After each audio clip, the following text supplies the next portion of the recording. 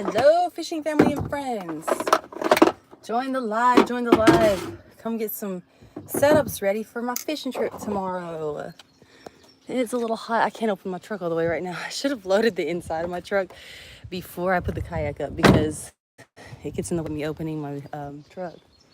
But we got Yakosaurus on strapped up and ready to go. But yes, by the way, yeah, my kayak is Yakosaurus.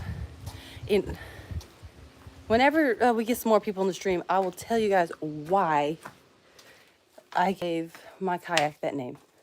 There is a story behind it. Welcome to the garage. It's a little windy.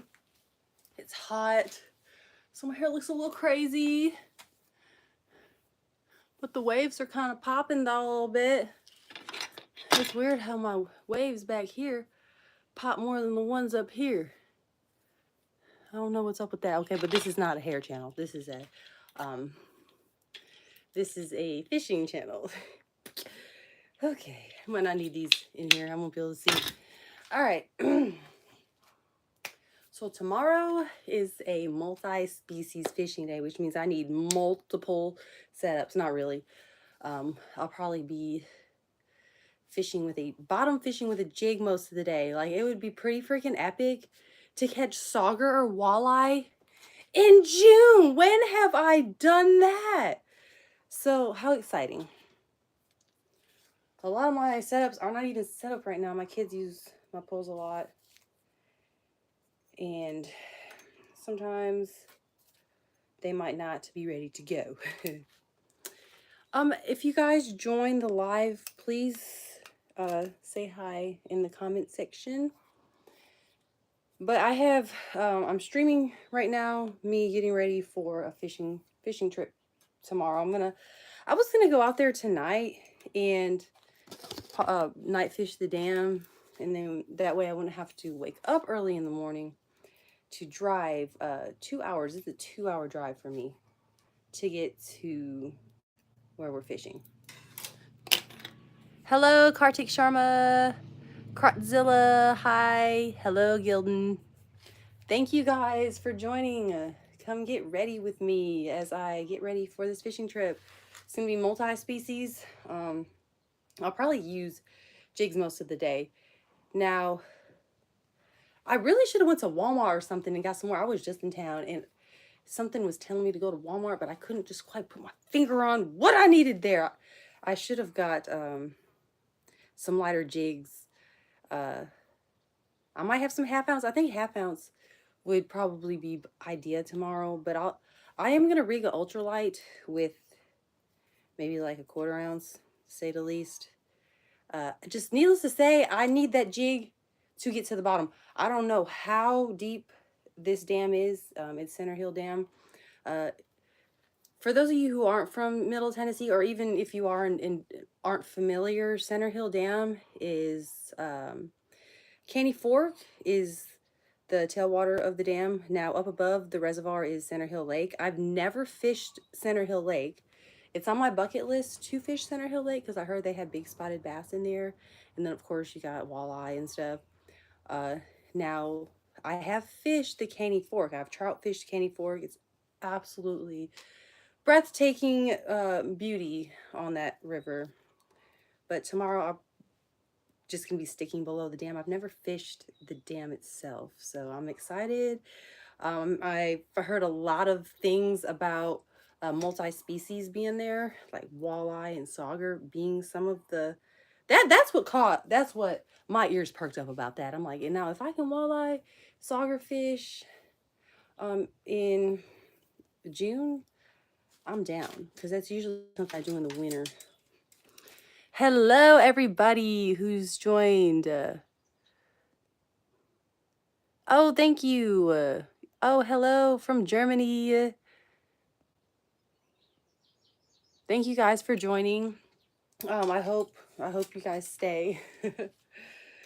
Now feel free to ask questions, talk fishing. You can put story in there in the comment section, or maybe even give me some advice. Now, if you just so happen to join the live and know anything about Center Hill Dam and the depth, yes, do let me know. Thank you. I'm glad you guys think so. I think it's the lighting. I think the lighting's making me look better than I really look. But thank you for all the comments.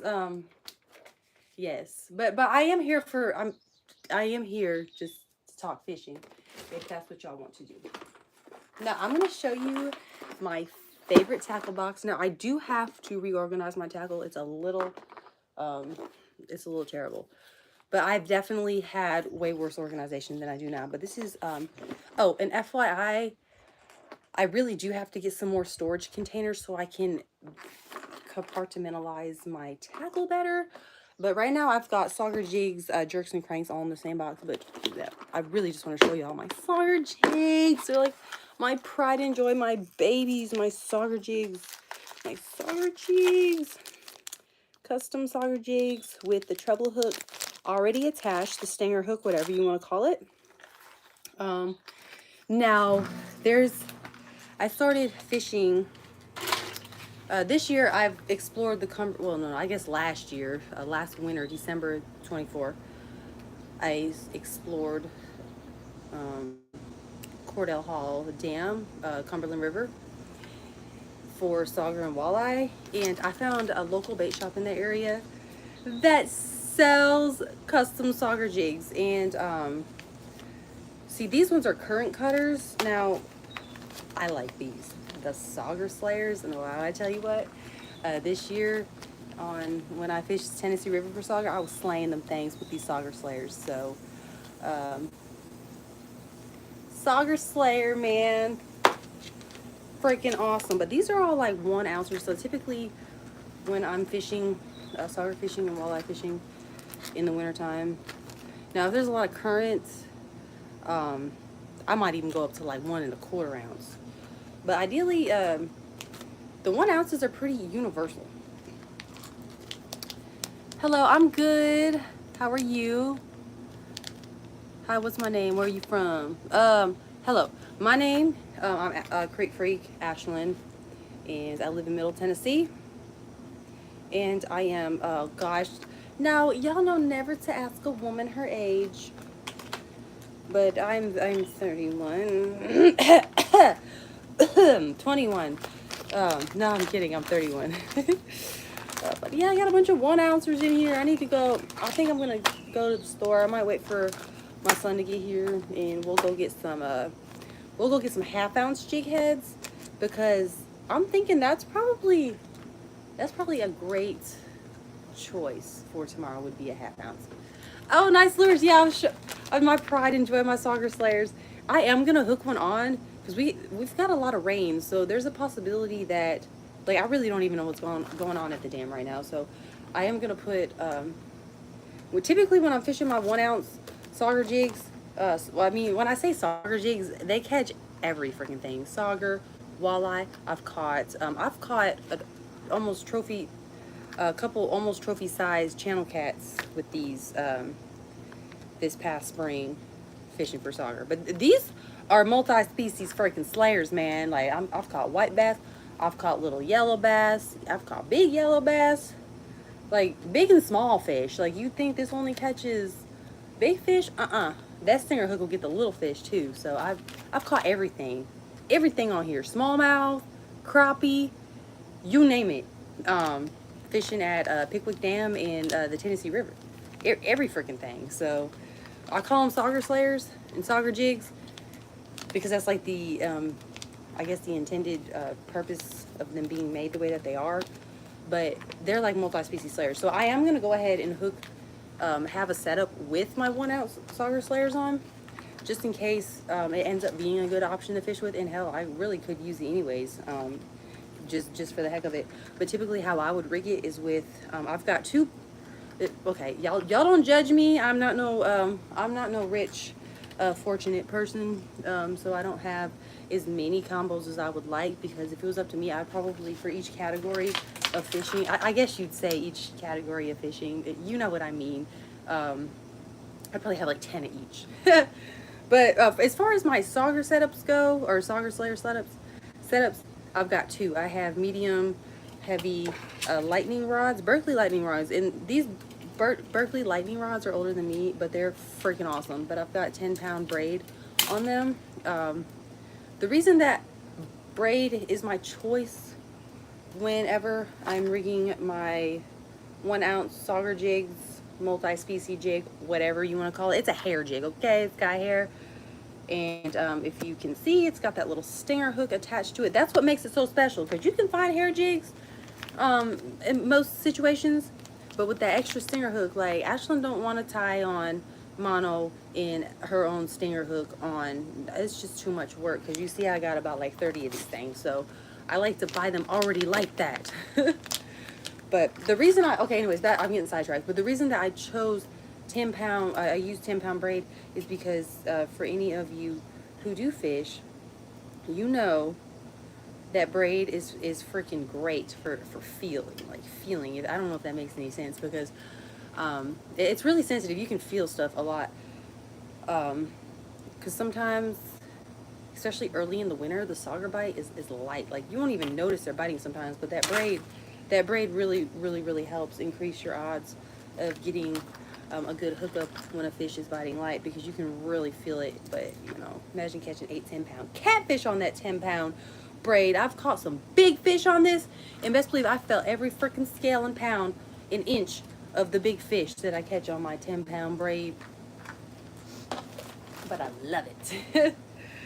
So yes, it looks like my kid was using this last, because this is, yeah, my kid was definitely using this pole at some point in time recently, because they got like, this is probably like a 16th or maybe an 1/8 of an ounce rooster tail with like a little, I forgot what these Bobby Garlands are called. I call them Fat Daddies, but they're definitely called something else.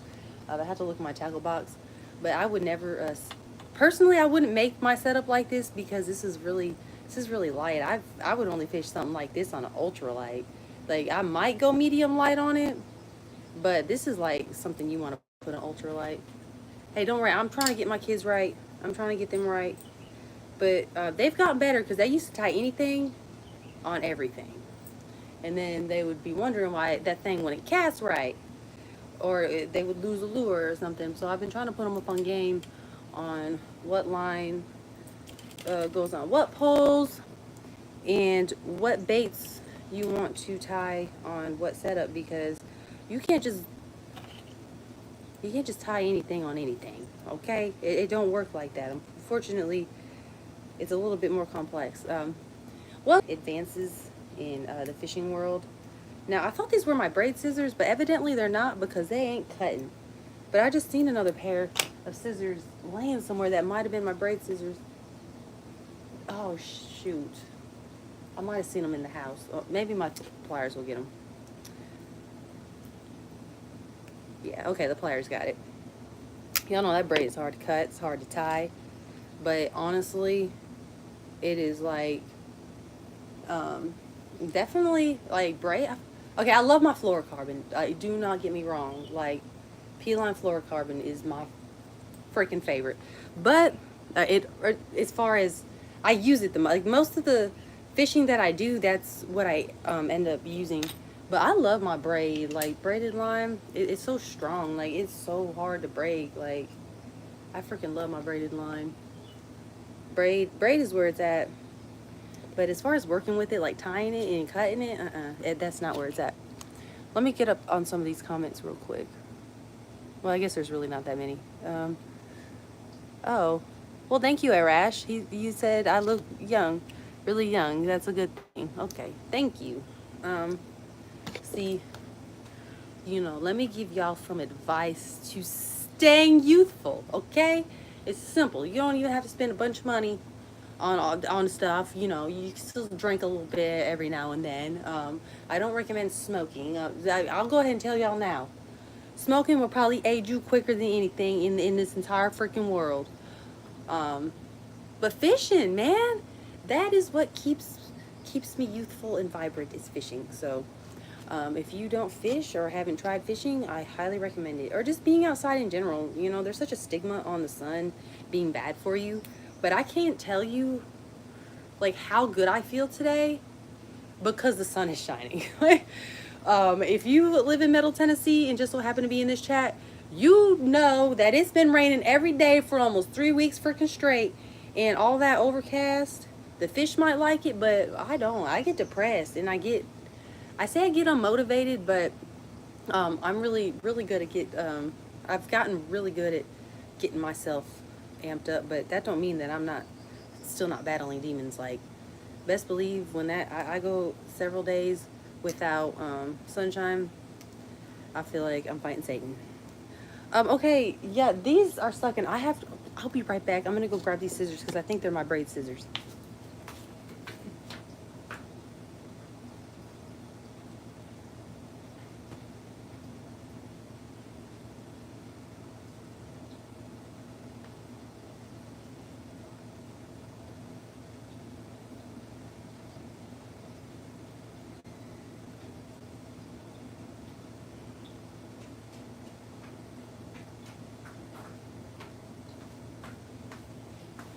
I'm back. Hopefully, I didn't lose too many people. I'm back. I don't. These might be my eyebrow scissors, but maybe they'll cut it. No. Okay. I'm just trying to get some of that frayed line off. I don't like that. Frayed line is dangerous, you know? Really dangerous. Okay, so I'm gonna preserve a little buddy here. I'm gonna put both these items back in the package.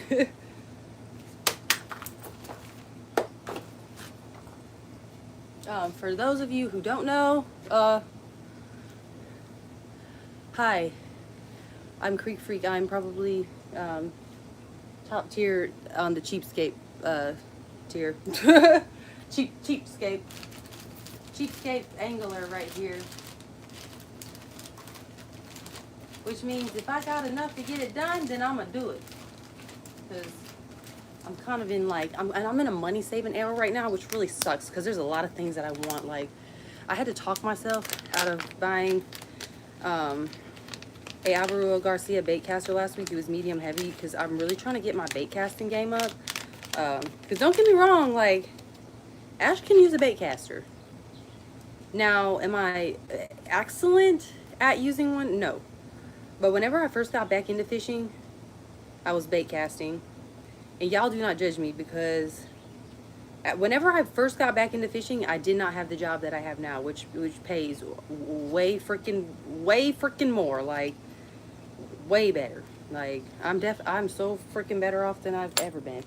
But at the time, I was broke joke. Like, the kayak that I had got from my uncle who had a bunch of extra kayaks, and this just happened to be like an inexpensive, like, one you can get from Walmart, a Sun Dolphin. But it wasn't one that he had already had.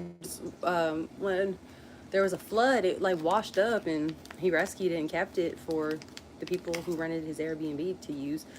But when I started using it, it just became my buddy. So that was the kayak I started off with.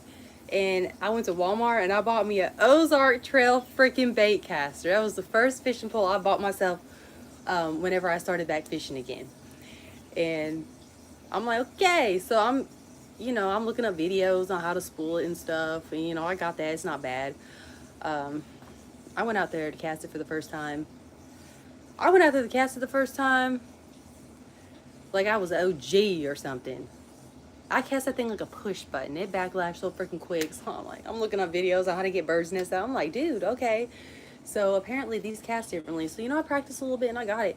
And then I was using that thing for months. Like, I had another fishing pole or two that I used, but that was like my main game I was using. I caught a lot of fish on that El Cheapo freaking Ozark Trail bait caster, man. I caught a lot of freaking fish on there. But I'll tell you, there was for every 5 fish I caught on that bait caster, I had a backlash that ruined my fishing trip, and I'd have to retire that pole and use the other ones. And at one point in time, the rod tip on it, like this little part right here, broke off. So I chiseled it, somehow got it down to here to the next eye, and I just fished with it shorter because I was you know, at the time, um like, I don't know, I was going through a transition in life and I was struggling, so it's like I wanted to fish and I had to use what I had.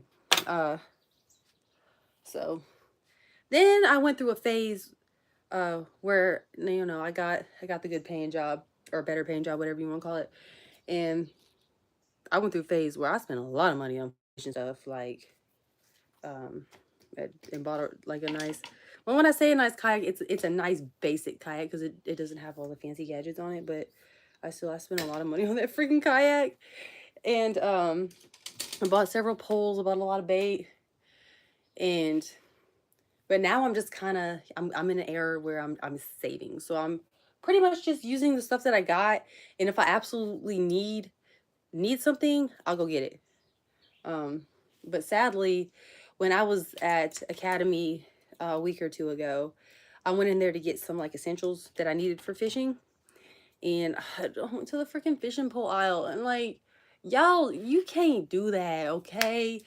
Like, had I been in Bass Pro Shops, I may not have been able to resist. Like that, I had a hard. I really had to talk myself out of getting it. It was only like $90 too, which is, that's really fairly inexpensive for a combo. It's rod and reel. So, but I put it back. I'm like, oh, just hold in there for like, just go like 3 strong solid months, not making unnecessary big purchases, and then we can go splurge one good day. That's my plan. Like that's like my plan for the rest of the year. You know, we're gonna spend a lot of time saving, and then we'll reward ourselves with a splurge. And it's probably gonna involve fishing stuff. Because I'm also saving up for a live scope, you guys. Like I'm trying to get out there. I'm trying to get to the fish. No problem. Cause I don't know. I don't know if you guys have heard me say this, but one of my favorite things to say when it comes to fishing, if I can find them, I can catch them. But that is, especially when I'm fishing on my boat, that that's like the biggest battle when I'm on a new body of water, is locating the fish. There's these other guys out here with their freaking 36-inch screens on their boat, seeing like everything going on in there, the schools of fish, all the structure. And I'm like, I ain't gonna lie, I be hating and okay, so being a hater is one thing, but it's different when you're a hater in the fishing world, because I'm sure we all do it, especially, you know, the less fortunate people like me. You know, we be hating so hard, like, oh, I can't stand y'all out here cheating with your freaking fancy live scopes. Let's see you catch fish without it. Oh, you probably can't because you just remember where your live scope caught you fish last time, um but best believe when I get one, it is not going to be considered cheating anymore, which I don't even think it's considered cheating. I mean, you just got to think of the ways of the world. Things just, I guess, evolve. You know, fishing is, unfortunately, modern day technology has caught up in the outdoors in fishing world. So, part of the sport of fishing is finding the fish, and that has been made easier thanks to LiveScope.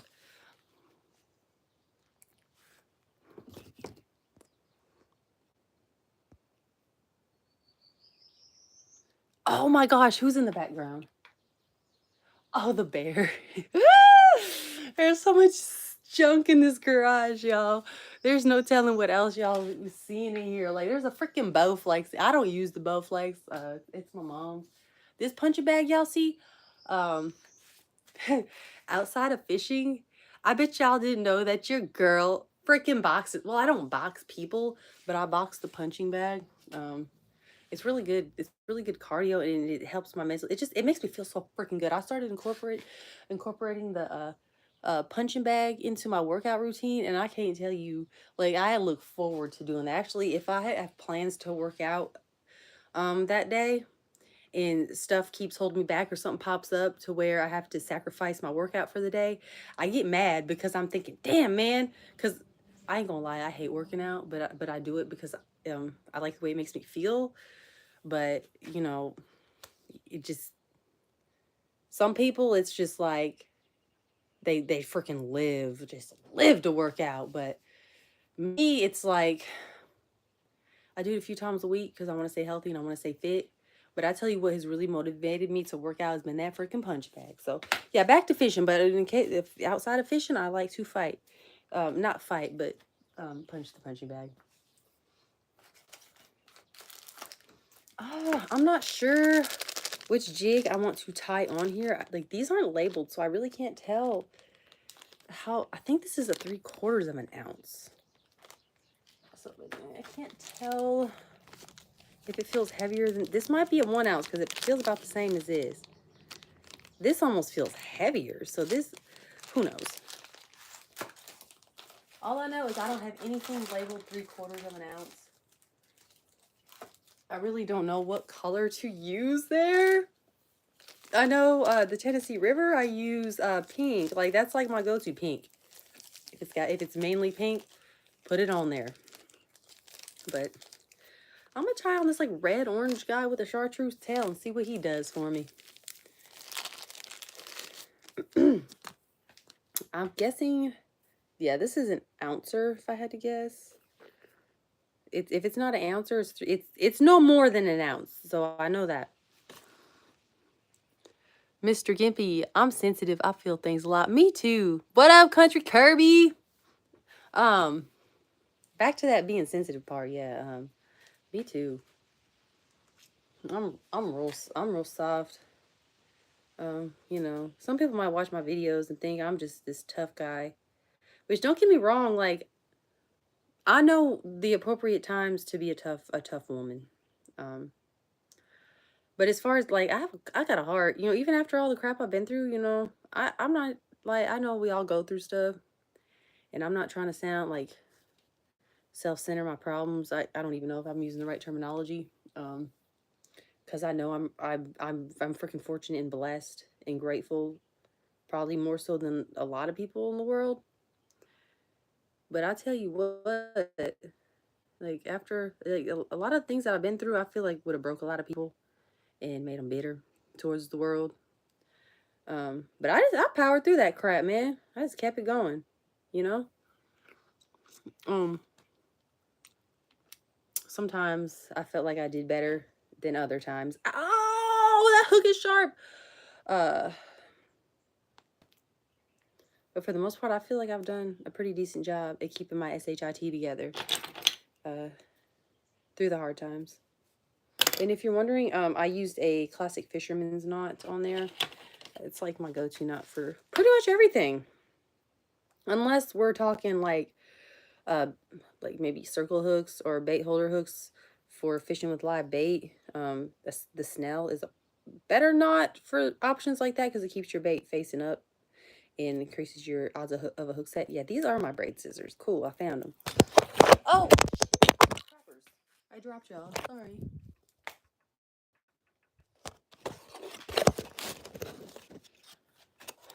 Mr. Gimpy, bait casters are a learned art. Oh yeah, they definitely are.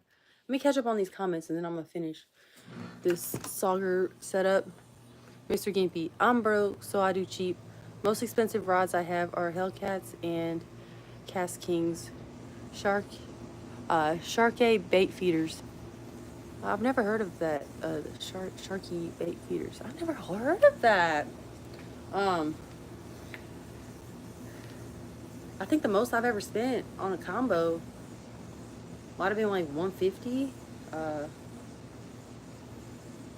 And it wasn't even mine. It was my son's Alvaro Garcia that I actually recently freaking broke. His medium heavy Alvaro Garcia. I broke that mug. But I did order a replacement rod because the reel's still good. I just broke the rod tip. I had opened up the hatch in my truck and snapped the tip off. But see, the reason I'm being a cheapskate right now with my fishing stuff is because I'm trying to save money. Like, I'm trying to save just in general. Like, I've been, like, the past few years I've been trying to build a big savings because my family and I would like to buy some land. I'm gonna sidetrack I'm gonna get back to this buy some land with my family story in just a second, because there's a little bit more that I want to preach about that's not really exactly fishing related, um, but I'm also like, I'm trying to say for that freaking live scope, and then I love the hole on my boat, so I want to keep it. You know, maybe one day I'll wrap it or touch up the scratches, because it is older and I bought it used and old. So, but it's still like the color scheme is amazing, and it's like I love the whole of the boat. And it's got a 90 horsepower Mercury on it, but and surprisingly it doesn't have a lot of hours on it. Last time I had it, um, I guess you said last time I had it checked out as far as how many hours it had on it. It only had a little over 100 hours on it. I'm pretty, if I'm remembering correctly, like it wasn't under 100. It was a little over it, which nowadays it's really not bad for a Mercury motor, because they've come a long way, even though this is an older one. But it's got a lot of life in it, and marine mechanic even told me this still got a lot of life. It runs like a boss, but that don't mean the Ashland's not working to save up for a 150 horsepower Mercury Pro XS. Yes. Now I know that they get faster. They can get a lot more horses. But I got something to say about that. For one, the max horsepower I can put on is 150. So I'm not sure why, but that's just what the capacity plate on my boat, it states 150 is the max I can go. And plus, honey, I don't need 350 horses to get to potentially get to a hole that don't even have fish. And then plus you watch videos of bass anglers being reckless on their boats. Like, you don't have to go that fast, man. I'm not hating though, because if I had the money in a hole that could hold a 350, I would do it. I would just do it for fun. Like, it'd be nice to have a speedboat in general, like one that goes fast. But as far as just like a fishing boat, honey, I don't need to go that fast. Shit, I be getting nervous sometimes going fast out there. When I used to drive my friend's boat, I think he had I can't remember what he had. It might have been a 250 Mercury Pro XS. That thing was big. And he had it on I can't think of it right now. I'm brain freaking farting. A Bullet. Oh, that thing is sparkly and beautiful. And it used to go so fast. Well, not that fast, but it sure felt like I was going fast, and it definitely goes faster than my boat. But yeah, so that's like things in the back, like large purchases in the background that I'm saving up for, which is part of the reason why I have slowed down on buying like other things. Because I feel like those would be really good investments, because they will help me get to fish faster, and the depth finder would help me find them faster, so I can catch more fish and make better quality freaking videos for you guys. Okay, Mr. Gimpy, yeah, but I know a guy with a 90K boat, and all he does is catch crappie. Shit, I love me some crappie fishing. Now, don't get me wrong. If I could afford a $90,000 boat, like, shoot, I'll freaking take it. Like, but I'm just grateful for the boat that I have. Like, I saved up for it, and I bought it myself. I hadn't made no payments on it. I bought it straight cash. But I probably put a couple. I'm trying to think. As far as like repairs and maintenance on it, because owning a boat ain't cheap, especially if you actually do freaking use it. It is not cheap. I can't. My brain's crazy, but just know that I spent a lot of money maintenance on that boat already. Cause you gotta buy oil. You gotta get. It's a 2-stroke, but you still got to change out the oil in the bottom, the oil that falls to the bottom. It's still good to get your boat serviced every year, and then every now and then, like, I might do something weird, or just yeah. If you own a boat, it's just repairs and stuff. It's just not freaking cheap. My dad told me, he's like, you know, you buy that, boat stands for bust out another 1,000. Because I drive my truck way more than I use my boat, and I don't have to spend nearly as much on maintenance on the truck. It's crazy. I mean, other than putting gas in there. Concedo Antonio Rizzo. Hello.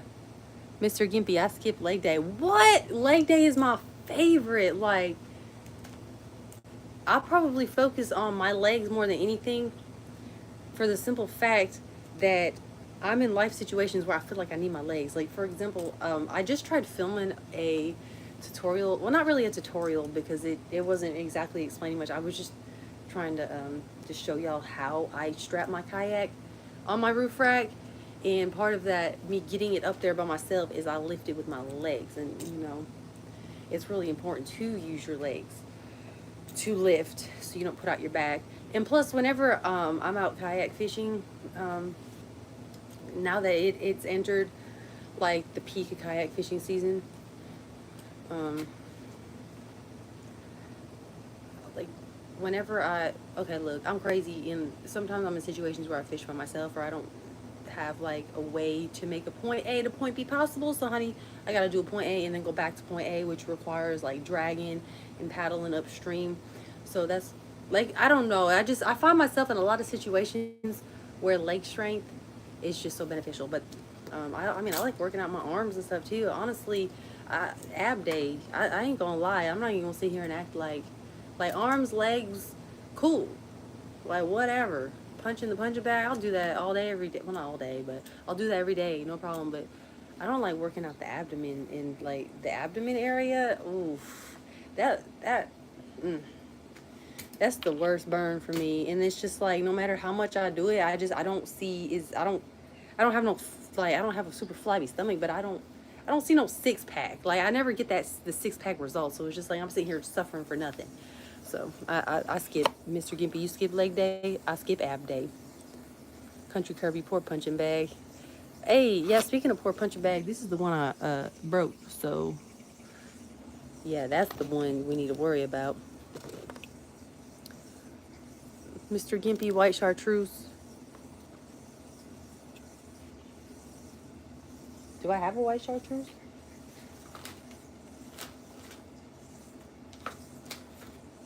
Is that what you suggested that I use on have you done Caney Fork? Have you did not Caney Fork, have you done Center Hill Dam? Are there any color recommendations for that? Mr. Gimpy, you catching whales? I hope so. I mean, this right here will catch a little fish because it's got a stinger hook on it too.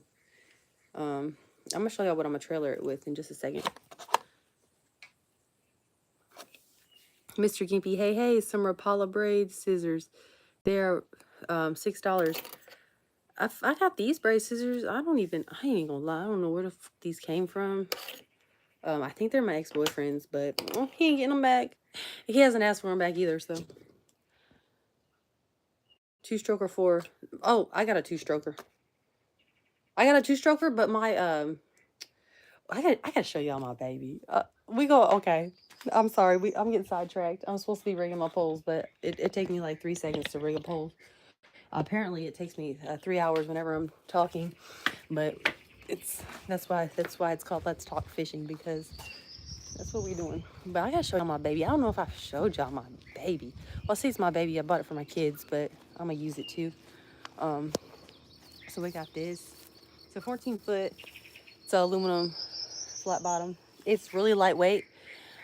Now, the reason I got it lightweight, because there might be times it has to be drug over rock bars and stuff, because the inspiration for really wanting to get a flat bottom, a narrower boat, because my boat is too big to go in the Duck River. I don't know if you're from Middle Tennessee. The Duck River is freaking fascinating. Like, I'm absolutely fascinated by it.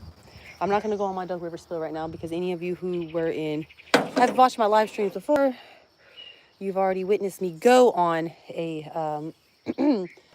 whole spill on the Duck River.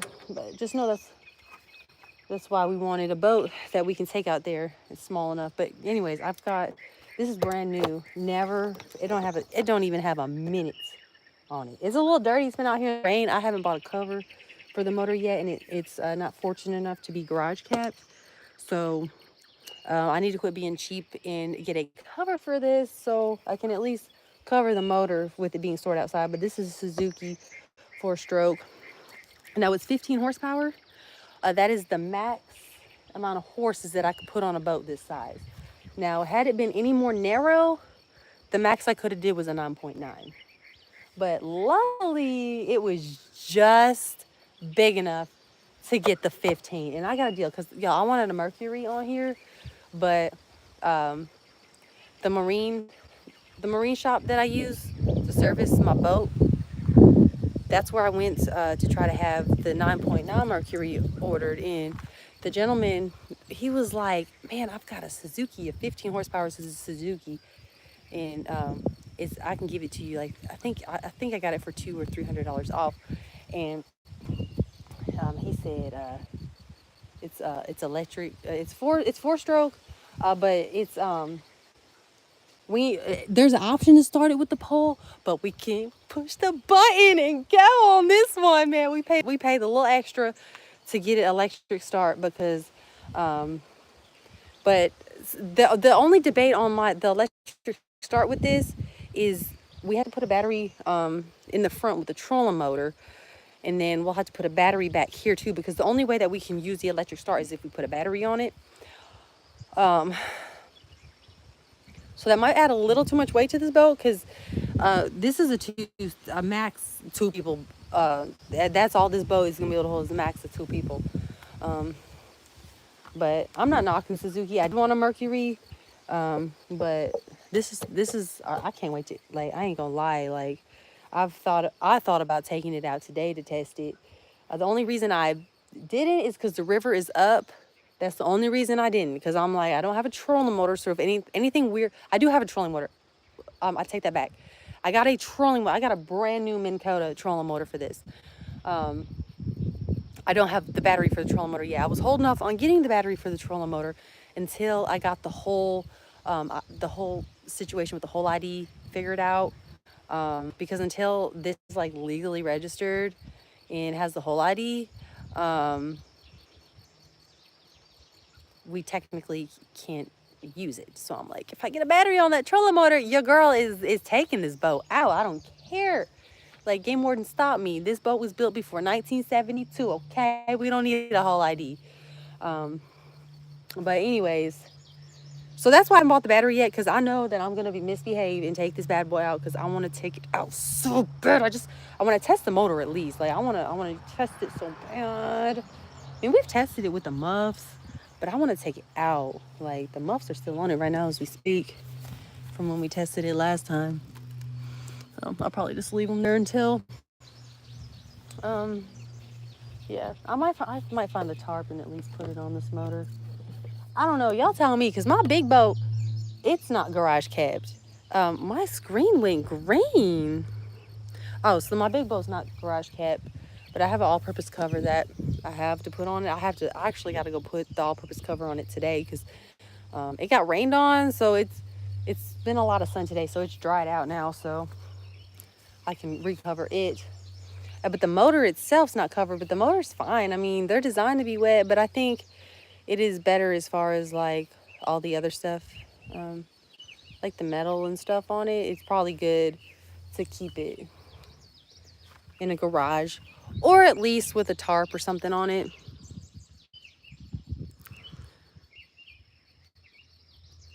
Boat size for getting on plane. Too much and it's dangerous. Yup. Ewas, just came across your live. What do you normally fish for, and when is your next fishing live? Okay. It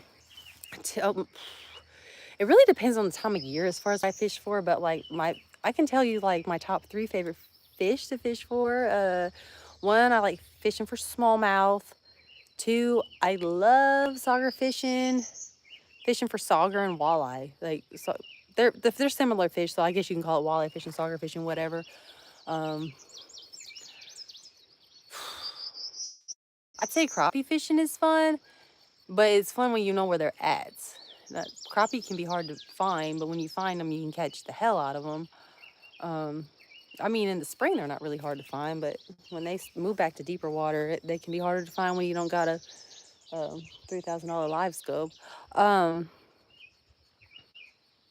and I don't know. This past summer last year, I've discovered this spot that has really great night fishing for longnose gar, and I know it sounds weird, but um, longnose gar is a tarp species, so I don't know. I'm not going to get too often into that because you might not even be from Tennessee or have any idea what I'm talking about. But here in Tennessee, gar, if you're part of this master angler recognition program, like longnose gar is one of the fish that you want to target and catch 45 inches or bigger to be considered a trophy. So when I discovered that there's gar down in this spot, like big gar, because my son caught a trophy gar down there, like this fish almost, I think it was longer than my freaking son. But man, this is fun. So I guess you can say I like fishing for freaking long-nosed gar too. But my top species, smallmouth. I got a special place in my heart. Like, why am I even explaining all this? Look at my arm, smallmouth, and then I got wally walleye. So those are my top two that I like to fish for. Ewas, bass, and whatever else she catches. That pretty much everything. Multi-species. Yeah, you ain't lying about boats being a serious money pit. But this is the 14-foot flat bottom.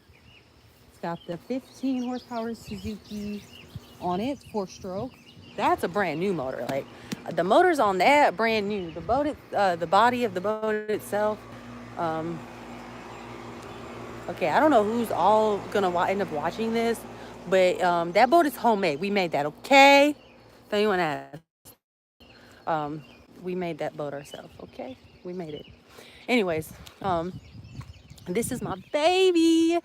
I see everything on her is used. Although the Minn Kota on here, the innards, I sound redneck as fuck, okay? But the innards on here are brand new. Because I don't know if y'all know anything about trolling motors, but if you're fishing and like you hit a rock, or what is on me? Ooh, spider web. A rock or like a log with your prop here. There's like a pin back here that like stops it from causing damage to all the stuff back here. But if you break that pin, it will damage all the stuff back here because it will cause it to crack and like water will get in it and stuff. But that's what had happened to mine. It caused the pin broke and it caused it to crack and like water got in there. So like the whole like little motor mechanism in there had to be replaced. So I mean that thing works like a freaking boss. Y'all, I really don't know the year of the depth finders on here, but I always make jokes that they're prehistoric, or I'll just say like a random year, like 1743 or my 1952. I think that's the most common one I say. I'll be like, my 1952 Lawrence depth finder here, like will tell me how deep the water is, and on a good day it will tell me the temperature. Actually, on a good day it will tell me the water temperature and the accurate depth. But sometimes it don't even be doing right. But I got the Humminbird back here, 1952 as well. It's really not 1952. It might be like, I don't know, the boat's 2008, so maybe somewhere around that. But I can't even get this thing to turn on right now. I don't know what's wrong with it, so I have to have someone look at the electric in my boat, because I think something with the wiring or something's going on, because this won't turn on, and I can't get any of my lights to work, because I was just trying to hook up my mast light a few weeks ago, because we had started our fishing trip early, and I couldn't get it to work. But yeah, look, carpet coming up. But that's another project I got in the works, is restoring or changing the carpet. I want black carpet, hookless carpet, and some new seats, probably black and red seats. But here's the motor. I need to get her some more stickers, but she runs like a champ. But this is 90 horsepower. The 90 this is 18. Mr. Gimpy, I got no. Do you not? Dang. Oh, my bad. I'm sitting here talking like you I'm sorry. Are you like, what happened to your legs? Are you like a retired vet or something?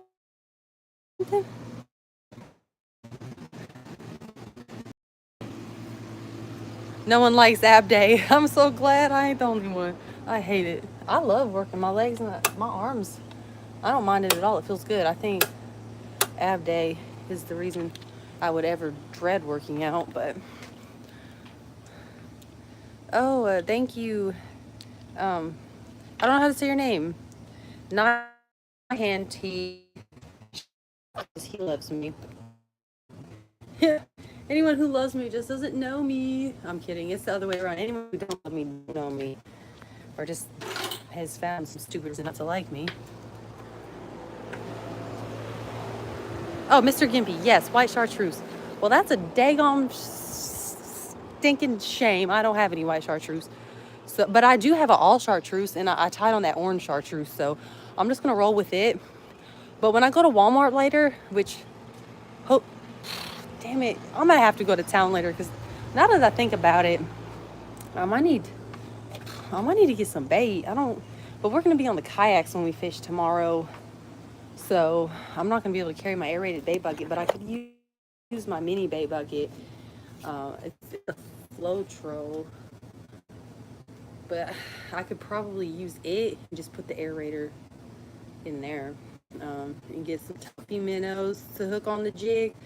Also, oh, I'm all over the place because I forgot to answer that other question. You asked, who was it, Ewas? Somebody had asked me, yeah, Ewas, you had asked me when my next fishing live was. I'm fishing tomorrow. I'm gonna do a live just because I want to make a good vlog out of it. And whenever I try to make good vlogs while I do lives, it don't work because I don't have my phone to film, and sometimes the service is spotty. Lost. I had really good fishing trips that I lost footage on because I was counting on YouTube to record for me, but it cut stuff out because of service. So I'm not gonna film a live tomorrow. But whenever my sister gets back, my son's gonna come back with her, and I'm gonna see if you want to go fishing. I call it the creek pond. See if you want to go fish the creek pond. I I get pretty. I think I get pretty decent. I get at least 1.5, 2 bars out there. So whenever I do close off this stream, which I will probably soon because we're rolling into an hour. But if we have people that keep watching and chatting, I'll stay in it longer. But whenever my son does get here, I'm going to talk to him and see if he wants to go to the Pond Creek, and I will restart a live stream of us fishing there because there's some largemouth in there right now and some pretty decent ones. So I'm going to see if he can try to catch them because there's at least 3 or 4 hanging out in that spot right now. I don't know if they've moved or maybe even more have swam up in there. So we're gonna check the creek pond. If he wants to. If not, I'm not gonna make him. And then we'll go. Since that's might as well from there. We might as well go to town, go to Walmart, and I'm gonna try to find some 1/2 ounce jig heads, and I will get white and chartreuse. Now, back to what we were doing. Trying to catch up on the comments.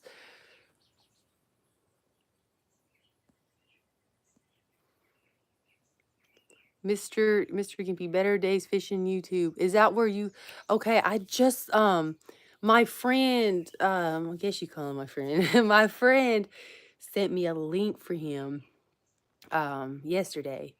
And I watched one of his videos today of him fishing at a Center Hill Dam. And he had a long nose gar on, and it was definitely trophy size, which is 45 plus inches. He had an ultralight 4-pound test line fighting that thing. I'm not saying like a quick fight, like it was one of those extended fish fights, just for him to cut him off to save his lure. So he must, if I had to guess, he may have already caught his trophy gar, so it wasn't his port. You know what? Let's be real. Who the hell in their right mind wants to land a big gar in a kayak? See, I'm sitting here thinking, because those fish are crazy. They got long snouts and they got a bunch of teeth, and they're freaking crazy. Like, they'll try to fight you, man. But yeah, Better Days Fishing has some videos at Center Hill Dam slaying them. White chartreuse. So I keep that in mind. Thank you. Nahan T. Shabab. Oh, I already answered that one. Hello from Siberia? Did I read that right? Hi, SLK. Thank you, Nahan T. Shahab, for being so nice. SLK, fishing for 30 years. Heck yeah, man. And hopefully you fishing for 30 more. Country Kirby, I know nothing about boats. You're just listening. I don't, as far as the maintenance goes, no, like I can't, like it's really hard to find good marine mechanics. I used to have one, but then he got into like traveling security guard or something. I don't know. Apparently he made more money doing that, so he retired fixing boats, but he was freaking great. Mr. Gimpy, TARP, Tennessee Angler Recognition Program. So you know about TARP. Cool. Now, Mr. Gimpy, have you are you part of Tennessee Angler Recognition Program, and how many levels have you made it to? I am level 2 master angler, and I'm coming up, like last year I was trying to get my trophy longnose gar. My son got his, so that's gonna be this summer. See, I'm waiting for it to get a little hotter, because once it starts like staying hot, or like pretty warm during the nights, that is a great time to go fish this one spot I know to catch them, and it's just right from the bank too. But I'm looking forward to that. But my trophy species that I have caught so far, because level 1, for anyone who doesn't know, level 1 for Tennessee Angler Recognition Program, you got to catch 5 different trophy. No, not different. 5 trophy species. It can be any combination. It can be the 5 of the same species. Like you can catch 5 different trophy smallmouth, and it would still get you to level 1. Of course, it has to be off of the list of qualifying species and lengths. Now, to get to level 2, you have to have 5 different species. So my 5 different species are smallmouth bass, rock bass, a red ear sunfish, black crappie, and a yellow bass. Yes. This past winter, I was targeting trophy walleye, trophy sauger. Did not get them. And then this past spring, I was trying to target my trophy white crappie. Did not get it. And now I'm moving on to going back to targeting my trophy longnose gar, which I like doing that at night. They're so fun to catch. Hello, everybody. Mr. Gimpy, gar, use a long red thread tied to your line. They hate red, and the thread gets caught in their teeth. They hate red. I'm like, they're like bulls, like a raging bull. Now, what we use for our gar fishing setup, so if you guys know any better, like I'm willing to try it, because like some people might look at longnose gar as trash fish, but they're not. They're no longer considered trash fish to me if they're on the qualifying species for TARP. So no, they're not trash fish, and they're actually quite intriguing because they're not easy to catch. Like if you're fishing rod and reel, they aren't easy to catch. Like maybe like spear fishing, bow fishing, whatever the other alternatives to no fun fishing. I'm just kidding. I'm not saying this. I've never bow fished it. It could actually be fun. But I'm just saying, like, to catch them with a rod and reel is not freaking easy, because like long nose gar, like they literally have a long nose and their nose mouth, whatever, like alligator, but it's long, really long, and a bunch of teeth. So you can imagine what that would do to your line, tear it the hell up. So what we started doing is using wire leaders, and they don't break our line no more. But still, that the next challenge that a long nose gar will propose you with is hooking them, getting the hooks at, because that snout, man, it's like freaking, it's just like a bone. So you really want to try to get them at the bottom of their snout, where you can try to hook them in more of like the fleshy part of them.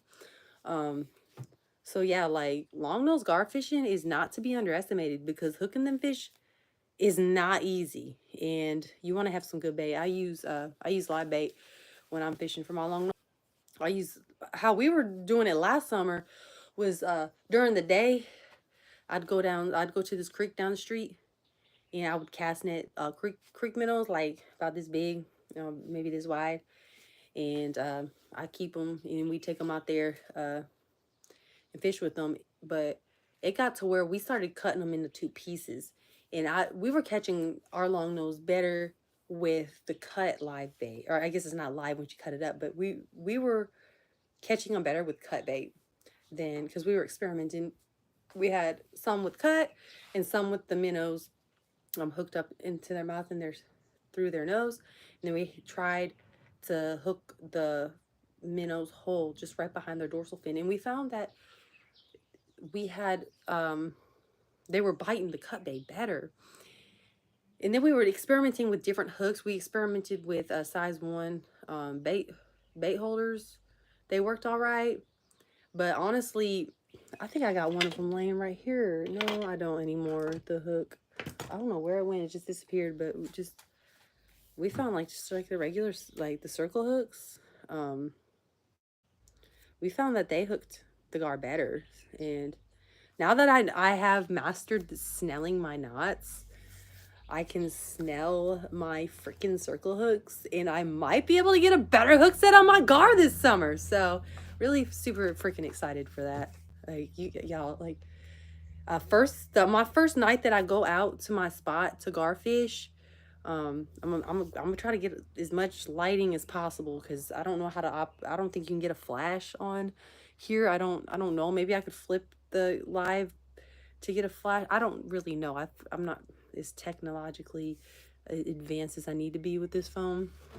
But I'm gonna try to get some good lighting because I'm gonna go live. Oh yeah, I lied. We ain't gonna go live because I tried going live at that spot and then we get zero service in the middle of nowhere, honey. So no, we will not be doing live gar fishing, but I'll definitely be making some vlogs doing so. So sorry, I got y'all's hopes up. I just realized, like, damn, I tried to live stream out there before and I had zero freaking service. Like, it's just right down the street from my house. Like, there ain't nothing out here. Definitely ain't no service. Squints, I'm still looking for my first smallie. Okay, Squints, comment where do you live? Country Kirby, no largemouth. I'm not hating on largemouth. I look, if y'all want me to tell you one of my fishing secrets, largemouth intimidate. Big largemouth are intimidating. You want to know why? Because they're freaking smart. Just like big trout, they're intimidating because they're freaking smart. They're like, look, them the big fish, they didn't get big being stupid, you guys. Okay, like honestly, my trophy largemouth. I don't know when I'm gonna target that, but oof, I'm gonna need my live scope to find them.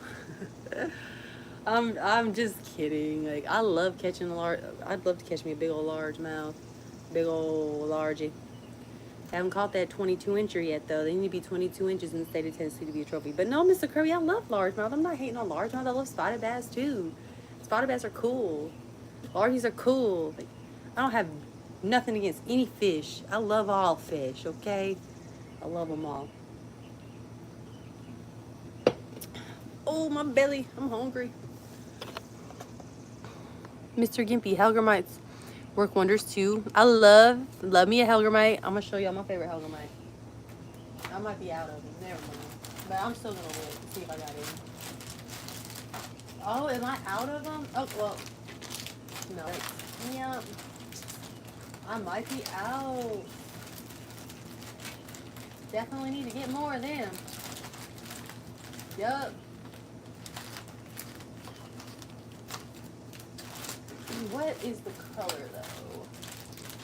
The bubblegum yellow swirl. That's the color. Like I always call it sherbet bubblegum. Man, what the hell have I been calling it? It's really called bubblegum yellow swirl, but I had some Yum brand Hellgrammites in this color. Fish freaking slaying machines. You would look at it like, that ain't gonna catch nothing. But even these Yum dangers in this color, in this bubble, I keep trying to call it yellow sherbet bubblegum, whatever, but it's bubblegum yellow swirl. These for our fish slaying freaking machines too. These last time we were using this particular bait real hard was on Anchor Bay, Lake St. Clair, Michigan. The freaking largemouth were tearing these up on a freaking wacky rig in drop shut. But that color, I swear by it, man. That color is freaking awesome in clear water. Like, you would think that'd be the last color you want to use in clear water. But that bubblegum yellow swirl in clear water is freaking just bomb. Bomb. Country Kirby, I've seen Richard Gene use those Hellgrammites a lot. I love Hellgrammites, okay?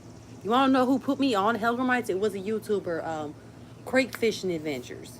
He was the first, whenever I started, like, watching YouTube, it was the first channel that I came across. I'm like, this is cool. I mean, of course, it was easy for me to like that channel because he does a lot of kayak fishing for smallmouth. And what do? A lot of kayak fishing for smallmouth. But he's what put me on Hellgrammites. Like, I've seen them at the store and I just never thought to fish with them. But I started fishing with them and I haven't stopped. Squints, got a creek nearby. I've seen others catch them, so I'm gonna try there soon. Okay. Cool, cool. Now Squints, I'm gonna tell you something. And I'm just gonna give you some advice. Now, if you're really having a tough day fishing, try to get them with live bait. Or maybe just collect intel from the people that are catching the smallmouth down there. See what they're using. See what they're using. And if you see, like, I don't know how clear that creek is or anything, but if you know there's smallmouth there and you can't catch them, like, invest in a cast net, even if it's just like a little one. I've got like a 4 foot. Well, okay. I'm gonna have to go back to the science behind cast nets in a minute. There's a lot of stuff I gotta go back to. I'm trying not to get sidetracked from what I'm talking about. But get you a cast net, even if it's just a 4 foot radius cast net, and learn how to use it and catch your own bait. Because if you're having a tough day fishing, fall back on some live bait. Like me, I love fishing with artificial bait. It's like really fun and it's really satisfying catching fish that way. But I also like catching fish. So if I'm not catching them, I'll throw live bait at them. And it's amazing how many times I've been in situations where I fished and I fished and I fished and I fished and I've used this, I've used that, I tried this and I tried that and didn't catch them. But I know they're there. So live bait, go behind after hours of catching little to nothing and start catching fish. It's freaking crazy, man. Because so yeah, that I would recommend trying some live bait, at least to kind of get a feel of where the fish are if you don't know. But my first smallmouth I caught on a Deep Runner Sexy Shad crankbait, and I think I might still have it. Yes, oh my, and he's got a name, y'all. You're not gonna believe the name. His name is Trusty Dusty, because I have caught so many freaking fish on this. It is unfreaking real. And summertime, I like using these in the freaking summertime and into early fall. I don't know, but I love my deep diving freaking crankbait, man. And he's a freaking slayer in late summer and early fall. This thing is a freaking slayer. It might be a little too early for me to throw him now because I'm not sure if a lot of the shad spawns are done yet. Because I know this time of year there's a lot of shad spawns.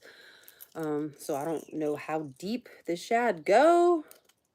But this bad boy right here has performed like, it's caught me so many freaking fish, man. This is Trusty dang Dusty. If I ain't catching nothing, Trusty Dusty going on. And Trusty Dusty catch fish. Speaking of Trusty Dusty, I was fishing a few weekends ago. Me and my I guess you call him friend, found this snagged on I don't know what the heck it was snagged on, but it was like snagged. There was like, it was a dam and there was like a tarp or something on it, and this was snagged on it. So this is a deep runner, but this is a deep runner because he's bigger than mine. This is what do they call it? A 6XD. This is a 5XD. This is a 6XD. So this bad boy, hymns goes deeper. But yeah, so now I got two. But I'm gonna tell y'all something about me. If I see a lure snagged and I can get it and it's a nice one, I'm gonna get it. Okay, I'm doing that thing where I get sidetracked again. I'm sorry. Mr. Gimpy, real Hellgramites are the best, but plastic works as well. Just Texas rig or Carolina rig it. Yes, I've always Texas rigged my Hellgramites. I've even hooked a Hellgramite on a freaking jig head and it's slayed some freaking smallmouth, man. So don't knock the half-ounce jig heads. I think it was a half-ounce. Might have been a size down for that. It might have been a 3/4 of an ounce too. Who knows? No, it was definitely a half-ounce. It was either a 1/4 ounce or a half-ounce. I'm going too big on 3/4. Definitely wasn't using that. Ew, a real Hellgramite though. I don't want to touch a real Hellgramite. They look nasty. Richard McCarley, hi girl, been missing you. Hey, what up? I'm trying. I'm working on a vlog right now. I found some lost files in my GoPro, and I was able to put a vlog together. I got it. I've got it sitting in my iPad. I just have to go through and add a few things and put some music on. But here in the next, I'm gonna say about 2 days, I should have another vlog up. Mr. Gimpy, get back to Signal. Okay, I'm back here. Double amputee born this way. Oh, wow. That is something. What? Wow, I never knew you didn't have legs. I'm not sure if the appropriate response is that's cool. Because most people do have legs. So someone who don't have legs, like, that's pretty cool. Because I can imagine that you've had to learn how to do day-to-day stuff differently, and you probably are really freaking good at it after doing it as long as you have. Like people who don't have hands and stuff and they gotta use their feet, it's like the opposite with you. Like you gotta use your hands more. Like, yeah, that's cool. Mr. Gimpy Academy Sports, Magellan, aerated bait cooler, great for kayak, $50 plus a bubbler 7. I'm getting one soon. Cool. But I've got a nice bubbler. My bubbler broke, but this nice gentleman on the the Stones River. I can't even talk. Um, he gave me his aerator because I told him mine wasn't working, and he just gave me one. And that thing is older than the one that I have, but his works so much better, and it doesn't suck down as much battery juice. It's like crazy. That thing was running for days, keeping my Tuffy minnows alive. Usually, I'd get 2 days tops with like same batteries that I use in the aerator that I have now, same brand, but it's older. So it just goes to show that this older stuff was just made a better quality. It's like stuff's being so mass produced nowadays so fast. It's like quality is just like slipping through the cracks, man. Hell, I see that at my own job. Quality just slipping through the cracks because stuff just being mass produced too fast. It's just like the greed of America, the world. We can't get nice stuff because of greed. Get it out faster. They get the money, get it out. Who cares about quality? I've seen that with a lot of fishing gear. Blader said, hi, what up? Mr. Gimpy, better days caught a 4-foot sauger. Oh my God. Oh, sauger get that big? Are you sure it wasn't a walleye? Walleye, ooh, what's under my mouth? Walleye get bigger than sauger. But I don't know. Like, who knows? It could be a freaking sauger. I'm going to have to find that video. MML said hi. What up? CC Salsa. What is your accent? I'm sorry, I act like I can't fucking read. Okay, my accent. A little backdrop on my accent. I am originally from Michigan, but I've lived in Tennessee for like a long time. I moved here when I was 12, and I'm 31 now, so you do the math. So I guess, first of all, my accent, it depends on my mood. Like, the accent that you guys are getting right now is, like, pretty authentic, happy Ashlyn, but, like, when I'm mad, you can hear a lot of dirty South. I'm gonna tell you that now.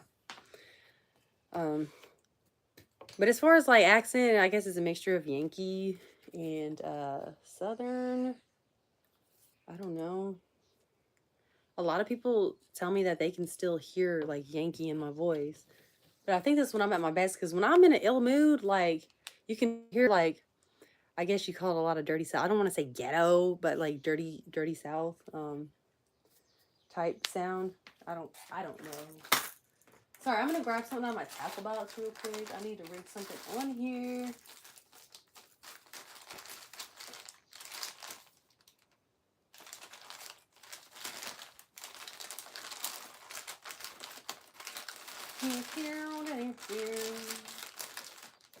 Okay, I'm just going to get all my slider type stuff out. So I'm gonna need that. Sliders, Superfluid. I freaking love Superfluid Juniors for my jigs.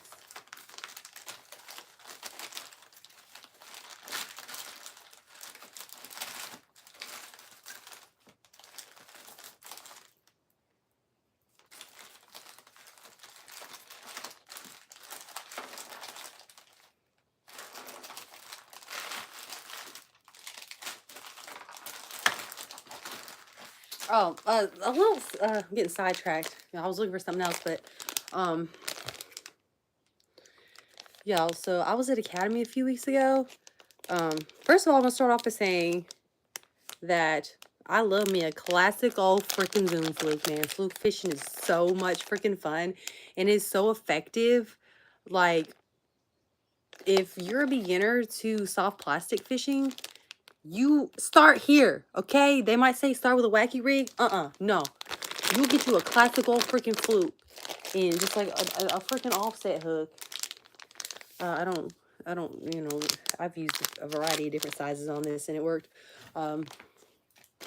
Like, I've Texas rigged them and caught fish, and I've caught fish without them having a weight on it. I swear by the fluke. But y'all, I did not know that Zoom made sexy shad colored flukes. So I found these at Academy a few weeks ago. I was so excited. I'm like, I've never seen a sexy shad color. At least, because I usually get my Zoom flukes from Walmart. Because, you know, like, inexpensive. They're cheaper at Walmart than getting them at Bass Pro. But I've never seen them carry sexy shad. But I also got my the pink, because I like the pink one too when I'm fishing in clear water situations, like these clear streams and stuff around here. But I have a hard time finding these at Walmart, but they had them at Academy. But anyways, I'm gonna go back to catching up on my comments before I go on another a bait rant. Grey Wolf subscribed and liked. I really appreciate you, Mr. Gimpy. I'm going to be tarp. I'm submitting my 10-pound blue cat and 11-pound flathead. Yes! Oh my gosh. Dude, I freaking love flathead catfish. They're so freaking cool looking. I want to see a picture of your big catfish, man. You know how bad I want to hold a freaking trophy-sized flathead? That's like one of my... Oh, I'm coming for them. When I get all the flat bottom running and I can get in these little tight places in the Duck River, I'm coming for that flathead. Mr. Gimpy, her accent is Tennessee country girl. Seesaw. Yeah, pretty much. If I get really deep into talking about fishing, it might really start a son of redneck. Mr. Gimpy, no fish is trash. You know what? You're absolutely right. I really hate when people are mean to fish. Speaking of trash fish, I'm going to tell y'all a story. And I'm going to drop location and everything. I wish I could drop names on the guys who did it too. Once upon a time, I had it on film because I was vlogging when this happened. And they just so happened to do this in the background. But my fishing buddy was like, no, make sure you cut that out of your vlog. But we were fishing at Pickwick Dam. We were fishing the tailwater at Pickwick Dam, where it's Tennessee River, not the Pickwick Lake side, but we were the Pickwick Dam side, where the Tennessee River is. And we were fishing, catching fish. We were sauger fishing, catching fish. And the guys next to us were catching fish. And we noticed that there was a few times they'd caught a freshwater drum. And they would, how they released the drum, not through it, slam it up against the freaking concrete wall of the dam, I guess, with intentions to kill it. Because a lot of people consider drum trash fish, but for anyone who participates in TARP, drum is now a qualifying species for Tennessee Angler Recognition Program, 28 inches or bigger on the freshwater drum. Like, how the hell are they supposed to get 28 inches if you got people killing them like that? Like, come on now, just like let it go and let it be, because like, you're over here in his home. Like, you don't see fish swimming up in your house trying to catch you and like, oh, you're a trash human, and then killing you. So don't do it to the fish, okay? If you're gonna kill the fish, at least freaking eat it. Like, like, I'm sorry to be that way, because I know a lot of people I'm not even gonna say a lot, because really there's very few people, but there are some people that come for me in other people that fish and say how pointless it is to fish for sport and not eat them or keep them. Like they look at it as if it's a pointless activity. But I don't know about y'all. I'll eating it or not. If I catch it, it darns something. It just feels freaking good catching it. I'm not hurting the fish. I'm letting it go, okay? And if I do eat it, okay, it's just the freaking, we own the food chain higher than the daggone fish. So if I catch the fish and eat it, it's just the freaking ways of the freaking world, man, okay? Yeah, but you're right. No fish is trash fish. Because look at Noah's Ark. Noah didn't have to put the fish on the ark. Why? Because the fish could swim. They were fine. They survived the flood because they're fish. You're right. No fish is trash. You're absolutely correct. Mr. Gimpy, yeah, I caught my first gar 2 weeks ago at Lake Chickamauga by accident. He chewed on my line right at the bank. He was huge. Dang. I'm gonna have to try that red. I'm gonna have to look up that red thread. I've never heard that. I just know if I got a gar on, once he gets to the bank, he's getting wrangled. Oh, we only have one viewer now. Okay, I guess I've been streaming for a long time. Mr. Gimpy live shiners. Yes, I'm going to get some shiners today. Country Kirby, I caught a gar in a ditch. Didn't know what the heck it was. Ain't nothing. I've fished my fair share of ditches in my days. You'd be surprised. You were 6. You thought it was a stick with teeth. Squint, you're from Northwest Illinois. Okay, I don't know much about fishing up there, but I know Illinois. Illinois touches Michigan, does it not? It's close. It's a neighboring state to Michigan. There's some good fishing in Michigan. Jay's Anns, that's a good color for trout. Mr. Gimpy, do you use FishBrain Pro? Is it worth it? Okay, FishBrain Pro is actually, it's not bad.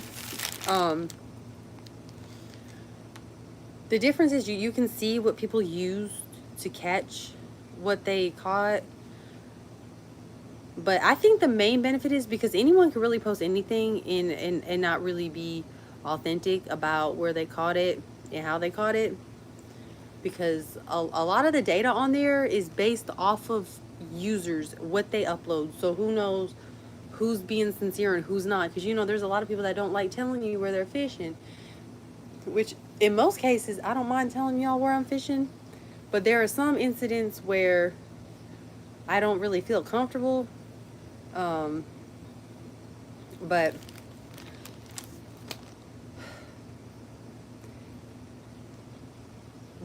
you gotta be careful with the whole FishBrain thing. But I'll tell you what, you can look up depth contours on there, so you could find a body of water and you can kind of pre-break it down before you get there by looking at the depth contours in hot spots. So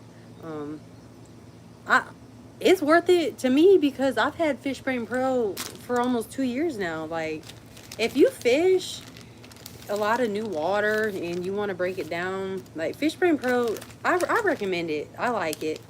I like it for its depth contours. It's pretty neat. It's a pretty neat tool. But you just, as far as the user submitted data. You want to be a little careful about that, but it's pretty neat. Jay's Ann's.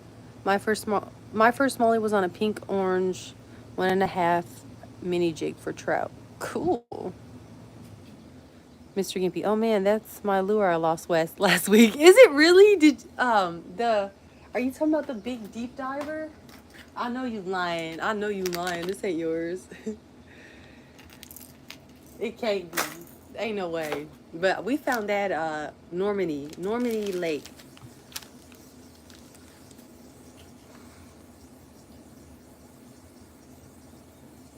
You have $150,000 prosthetic legs. Wow, all bionic. Get me to bank fish. Wow. Damn, that's a lot of freaking money. Insurance cover that at all? Mr. Gimpy, yep, don't lose your legs, kids. Damn. Michael, stamp. Stamp. What am I stamping? Oh, shit.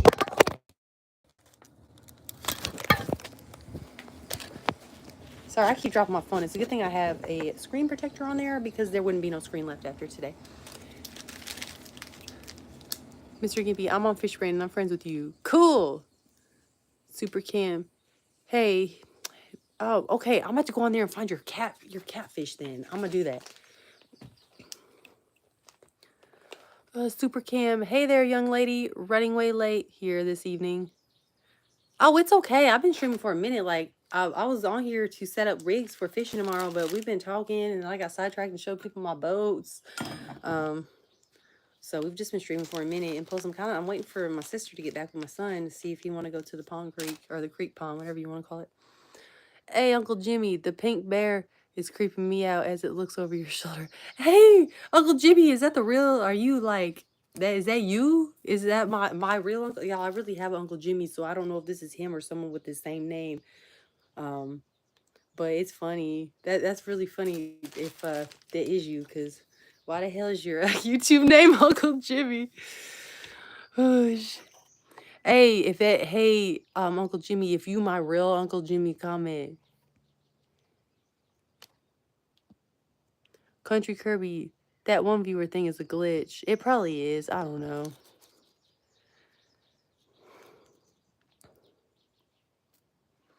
Psych Tyson. I went to Freaky Creek and all the fish. Okay. Yeah, very funny. I'm not even going to finish reading that. Can we keep it classy in the comment section? All right. Look, I don't say mean things.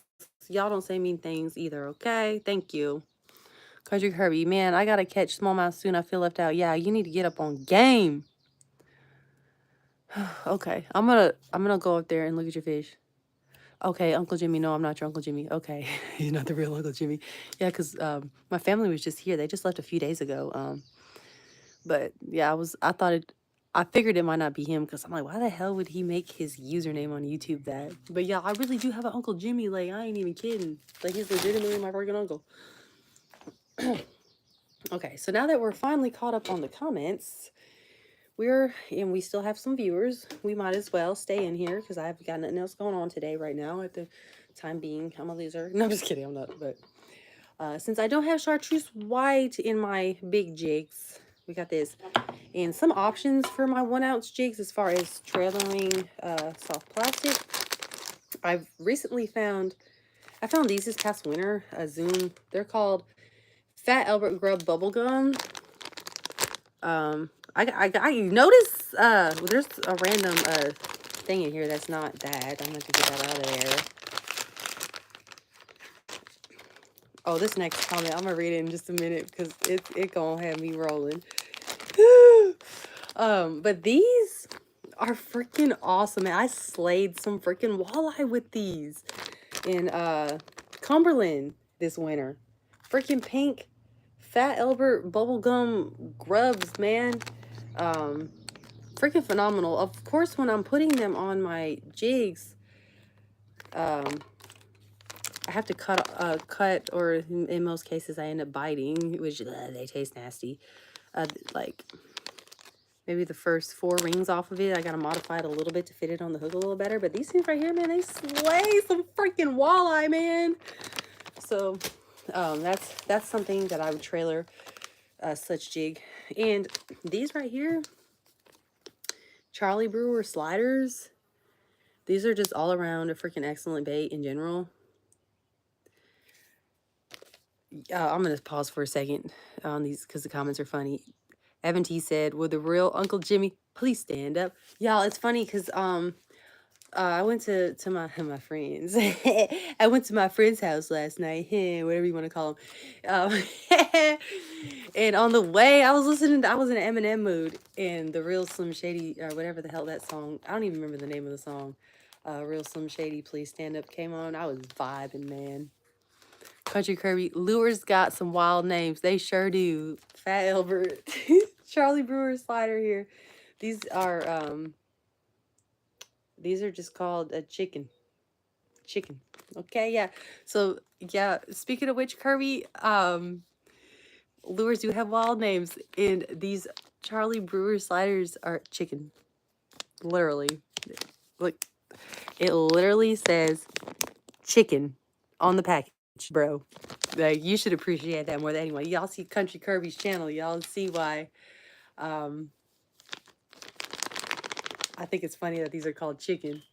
And you're the one that pointed out that lures have strange names. But this is, when I'm sauger fishing, this is like one of my top freaking choices right here.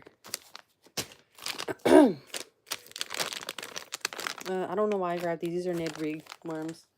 I don't typically use those on there. I got another pack of these. You gotta stay stocked up on chickens sliders. Another like freaking go-to for my sauger jigs, multi-species jigs, whatever you want to call them. Freaking, I say these are my favorite, but it's kind of a toss-up because Super Fluke Juniors, holy crap. Y'all know I love my Zoom Flukes, but not Zoom Flukes. You got to get the juniors, the smaller ones for these, because the other ones are too big. But these, you don't have to mod them or anything. You can just pop them right on here as is, the size they are. This color is Smoking Shad. That is my favorite to get, at least when I'm sauger fishing, typically on the Tennessee River. That's what I'm using, the Smoking Shad color. But these are a great trailer. Like, it's really a toss-up on these. I think it's really a certain time of year. When I'm sauger fishing in the winter, typically I will use my Charlie Brewer slider, but I will also add a small Tuffy minnow on there. So it's like a bonus to get the fish to bite, because they're still kind of, that time of year, they got a light bite, and they're just not as actively and aggressively feeding. But you get into early spring on them sauger, during their migration, when they're just like going cray-cray, I don't even have to use a live bait. I can use my trusty dusty sauger jigs, anywhere from 3/4 of an ounce to an ounce, with my Smoking Shad Super Fluke Juniors, and slay the hell out of some fish.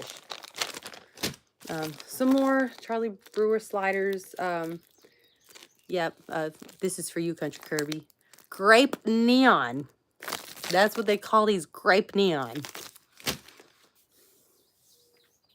So it's funny because my sliders are, Charlie Brewer sliders are the paddle tail, and my Zoom Fat Alberts are, what will you call that, a curly tail?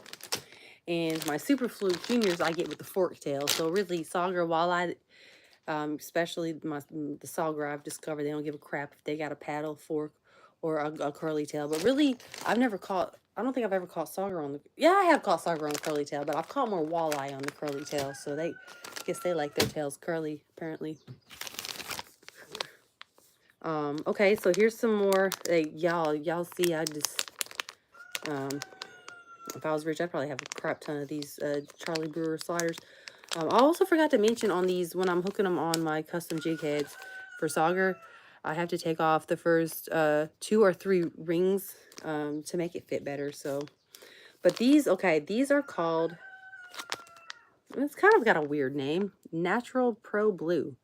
Yeah, that is a weird name, because, like, why do you have to add the natural? Why can't it just be Natural Blue or Pro Blue? They had to put Natural Pro Blue and be extra. Okay, so I recently discovered these this past winter at this local bait shop. Y'all hear the roosters in the background. Yeah, we country as fuck out here. Anyways, we got Mr. Twisters. I recently discovered these this past winter at the local bait shop. The place, not my local bait shop, but the bait shop in the Cordell Hall area where I was exploring this past winter, and I went again there this early spring too for crappie. But the local bait shop carried these. They're called Mr. Twisters, but they've also got a curly tail on them. But I don't even think I've used, someone's used them, maybe the kids, but I haven't personally used these. I think what really intimidated me was the fact that it has like a ridiculously long tail. So I think it'd be fun. I might experiment with this, like maybe tomorrow. I don't know. I'm trying to find an appropriate color to go with this guy. I might cut him off and put something else on. I don't know. I don't know. I suppose the color, he don't have to have matching colors. I'll probably put a Smoking Shad on him, to be honest. Smoking Shad Superfluke Jr. But I really want to try these Mr. Twisters out. They're really neat looking. And they're 4 inches. Tricom Twister. Oh, y'all know they got a crazy name. Watermelon Candy Shad. That sounds freaking delicious, actually. So, if I ever see a watermelon candied shad swimming around, I'm going to catch him and I'm going to eat him myself. Y'all want to catch me? If I'm a fish, that's going to get me. Watermelon candy shad? I mean, I don't see how the heck it looks like that. I mean, it's got little speckles in it. I don't know if y'all can see. It's got little speckles in it. So maybe that's what they mean by watermelon. But yeah, these are pretty neat. I think, I'm going to see if it tells me what ounce it recommends for my jig head. It doesn't say.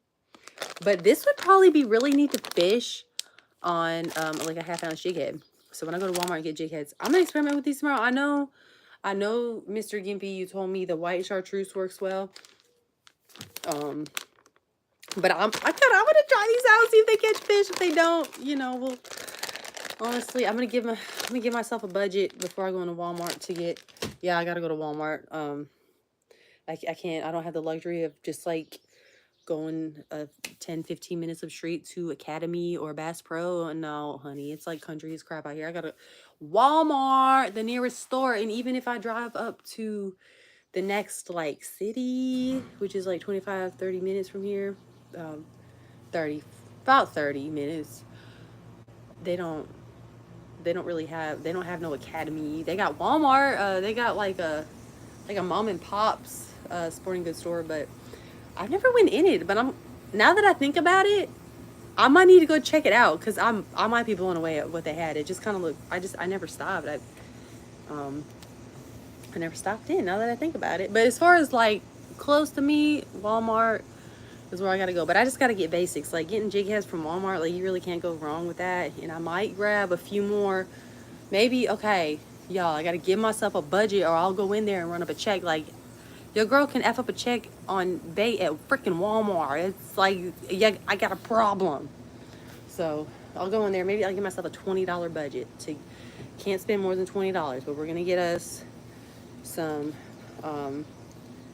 different size jig heads, like preferably half ounce, maybe 3/4 of an ounce too. And I'll grab a couple different packs of soft plastics to experiment with too. So one more thing, I haven't personally tried these on my starter jigs. Actually, when I bought these, this is something I bought during my Academy haul a few weeks ago before I went crappie fishing, or not. It was just fishing in general. They're called a Slab Hunter Minnow.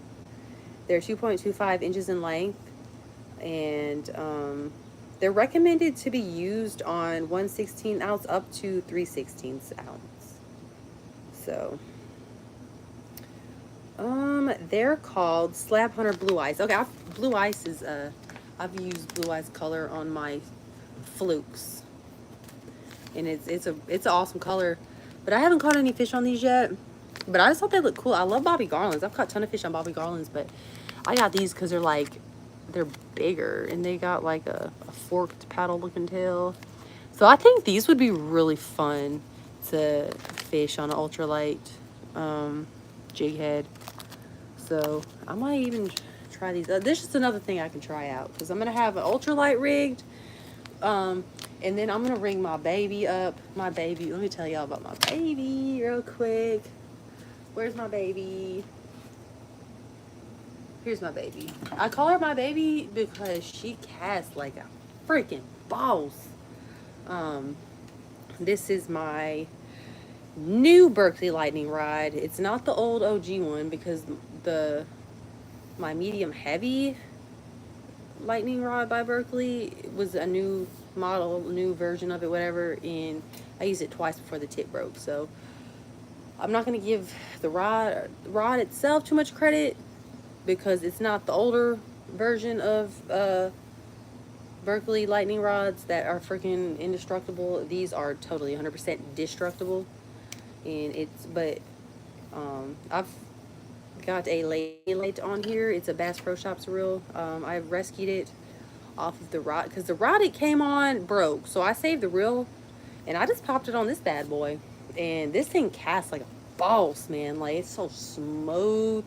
It's got 6-pound fluorocarbon on it, and ooh, this is probably one of my favorites right now. I mean, the reel kind of sucky, but just, I don't know. This has just been a little fun, cheap, like a fun, inexpensive combo I've been using lately, and I freaking love it. But I can put a jig on it, maybe like 3/4 of an ounce, maybe a half ounce or whatever. Definitely using this tomorrow.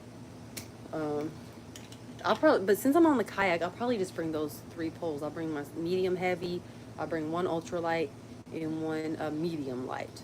Because typically when I'm on my kayak, I don't want to carry more than 3 poles because I just get so overwhelmed. Because I don't have a lot of, my kayak right now is pretty basic. I will add some stuff to it eventually. Like I want to add, like, attach a rod holder on each side. Because there's a rod holder behind me, but, oh, what is on my shirt? Ew. I don't know what that is. Oh, God. Oh, I hope I didn't just flash. Oh, shit. Damn. Oh, sorry. But, yeah, I don't know what's on my shirt, but that's gross. But I just lost my train of thought. I'm embarrassed. Oh, but I only have a rod holder in the back, 2 in the back. But I have to show y'all eventually because I freaking hate them. They suck. They're like wide. I can fit, actually they might be designed so I can fit 2 in there because I can actually fit 2 rods in 1 holder. Because my other holder, oh, thank you, Kirby. I was glad I didn't flash because I realized that this is like a crop top, so it don't take much to lift up. But I just want y'all to know I got all this stuff on my shirt, but it might be because I've been outside doing stuff and I had to put my kayak on there, so that's why I might be dirty. But anyways, back to what I was saying. But my other rod holder, I don't even use for my rod. I use it for my GoPro. So I do have to modify my kayak a little bit and add some rod holders. That would definitely be the first thing that I get for it. I've thought about putting an anchoring system in it, but I use a brush anchor, and most of the time when I'm kayak fishing, I just don't feel the need to drop an anchor, maybe unless I'm fishing on a lake, but in that case, I'm just getting on the boat if I got to do all that. So yeah, 3 poles is going to be what we bring tomorrow. Okay, let's get caught up on these comments a little bit.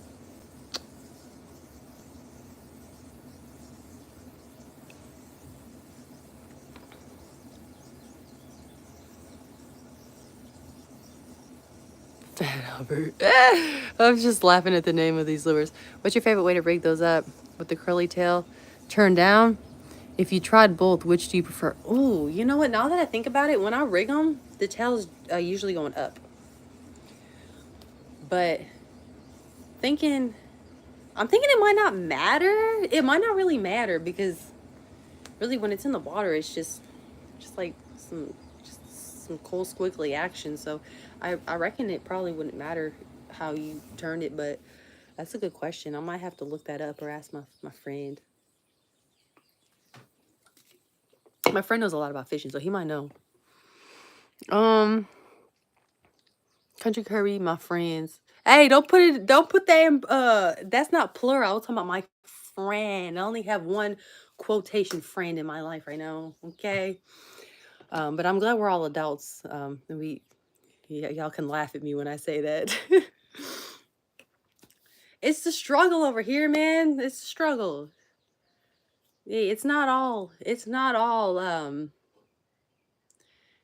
good all the time over here, okay? Like most of the time we don't got it together. Some of the time we do. When it comes to like relationships and friendships and stuff, let's just say I do fishing a whole lot better. Mr. Gimpy, I'll add you at the live stream. Yes, you guys, okay. If you have a YouTube channel, put it in here. Okay? Y'all definitely gotta go. You gotta follow Country Kirby. For sure. I know he's got a channel. Who else got a channel on here? Super Cam. I know you got a channel. Mr. Gimpy.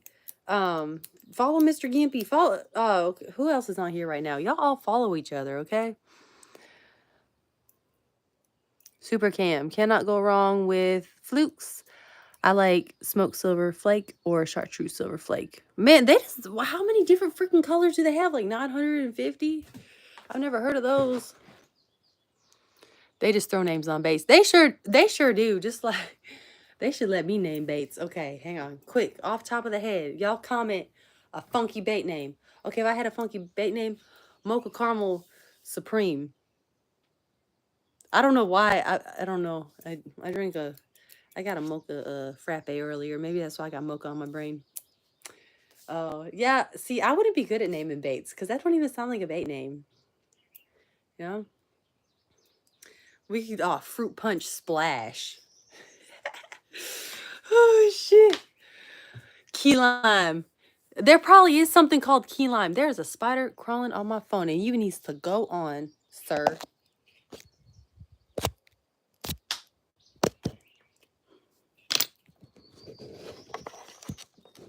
I climb quandary. Where you catch walleye? In Tennessee, I've caught them.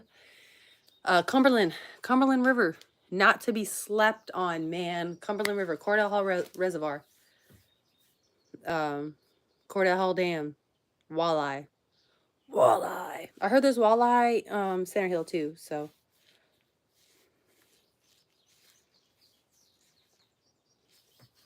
Super Cam, roosters awake in the background. Yeah, I know y'all got to hear our rooster going off. We only have one rooster too. We got a bunch of hens, and a lot of we always have a rooster. Like we always are accidentally have like. There's never been a time where we didn't have at least one rooster, and we always get them by accident. Iwas, thank you for subscribing. Mr. Gimpy, I'm gonna make lures with makes like hamburgers. Steak or meatloaf surprise. That's cool. Mr. Twister makes great steelhead jigs too. Okay, I'm gonna have to look up Mr. Twister brand. Y'all, sorry, my face is breaking. Oh, I haven't been taking my medicine that stops my breakouts. And plus it's getting close to that womanly time, so I'm pretty sure that's why my face is breaking out. So y'all don't make fun of me. I'm getting all up in the camera with my freaking face. Squints, the roosters are on your time. Mr. Gimpy. Lay gizzard shad flavor. Lay's gizzard shad flavor. Okay. Ew. Nasty. Yeah, they'll come up with that next. Yup. Jayzans. Sorry if I'm saying your name's wrong. I buy lures. He said he buys lures he don't need all the time. It's addictive. I'll tell you what, man. I'll tell you, it's crazy. You buy all this stuff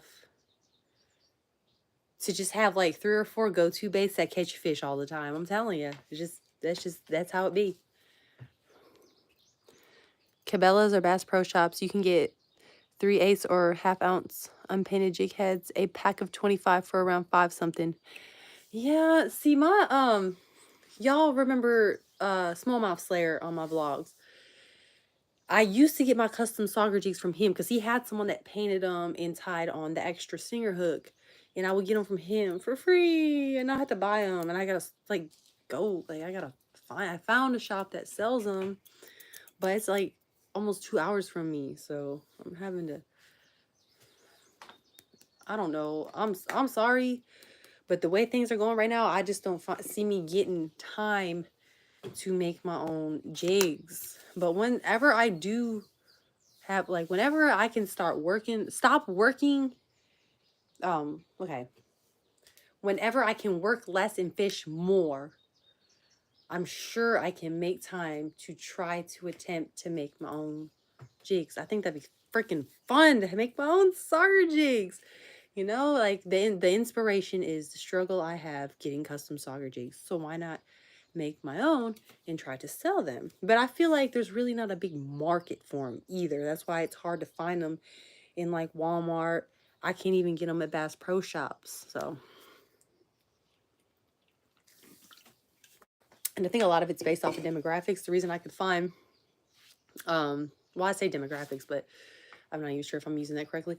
But the reason that I found the custom sauger jigs that I bought last month or whenever it was because near that bait shop, people do a lot of like sauger and walleye fishing. So, of course, they're going to carry to accommodate for what people are going to be looking for. Country Kirby said he went to Academy last week and didn't buy anything fishing related. I'm proud of myself. Well, what the heck? You go to Academy? Who goes to Academy and doesn't buy fishing stuff? Like, what the heck? What the heck you go in there for? I'm just kidding. I'm messing with you. Squint, same here. Most lures are made to catch anglers, not fish. Yeah, especially them treble hooks. Have any of y'all ever been barb deep with a treble hook?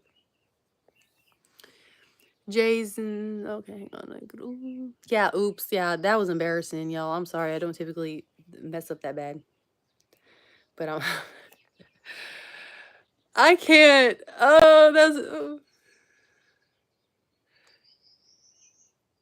What? Okay, body zone, woman's wrap around strappy. I don't know. Okay, that I don't know if that's a spam comment or not. That's okay, you single. You single. Like, that's not a place to ask me if I'm single. Because my true fans, I already know what it, I can't even say true. I'm not saying you're not a true fan, but my long timers already know what my situation is. We married to fishing. Now, but I really am single though. It's because I don't know. I'm not looking for anyone. They can come to me. But one day, I will be. One day, Ashlyn is going to be married again, for sure. Because I love, and I do believe in marriage. So, one day, Ashlyn will be married again. Okay, but that's not what we're about. We're here to talk fishing, Mr. Gimpy. I do not YouTube. No one wants to see that. LOL. Okay. Squints. I'll check out Kirby after live. Mocha Frappe Supreme only did at Starbucks. Neon Freon. Wow. Whopper ploppers? Oh, I'll show you my Whopper ploppers, Super Cam. Now, I say that, but my 12-year-old loves Whopper ploppers, so he steals them all. So he's got all the cool ones, and he snagged my really cool one in the pond down the street.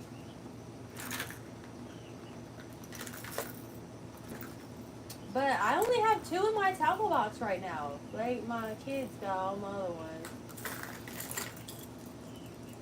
Yeah, if any of y'all want to mail me one of those fancy treble hook crankbait storage compartments, yes, please do so I don't have to go through this anymore, okay? They're strong. You see this? They're all hooked together. But we got our white one I've caught. Oh, shit, I don't want to get treble hooked on camera. We got him. I've caught a couple fish on him. This right here, I've had him for a long time. I actually snagged him in a tree. Whenever I started back fishing, however many years ago, this is a long time ago, I snagged him in a tree. And my fishing buddy, the same day that I met him, I had snagged him in a tree and I couldn't get him. But my fishing buddy, Smallmouth Slayer, rescued him for me and returned him. Which is funny. This was when like we were still like completely strangers to each other, and then like we ended up becoming like really close friends, and I got my lure back and stuff. It's just funny how it works. I didn't think I was ever gonna see that. That's a river to see. The white one I have is Berkeley, but both are good. Jay's TMI. Ooh, what was TMI? I'm sorry if that was TMI. I try to be fair and answer everyone's questions as long as it's not like super inappropriate. So if you're talking about the relationship status, yeah, that really was too much information, and I'm sorry. I try to tell people to keep it clean and fishing related in the comments, but you know I don't have control over other people's actions, unfortunately. Super Cam, that is true. 1,000 lures and only 3 or 4 go to. Yup. You make your own jigs, Ewas? Heck yeah. Work less, fish more. Should be on a shirt. Shoot, they probably do have a shirt like that. I need to get one and wear it in the live stream. Am I strong? Yeah, I am strong. Nishant Kumar, I am a strong, like, my muscle. Here's this muscle. Here's this muscle. But I'm going to show you my leg muscles because I feel like that's inappropriate to put my legs on camera. But I can put my arms on camera because they've been on camera the whole hour and a half we've been streaming. Yeah, I'm strong. I'm pretty strong for a small person. Country Kirby, I bought shirts. Oh, you went in there for shirts. That's lame. You go to the academy and doesn't buy fishing tackle. I guess a disciplined grown adult who knows how to save their money. Ewok, don't use trebles. I remove and replace all of them. Dang.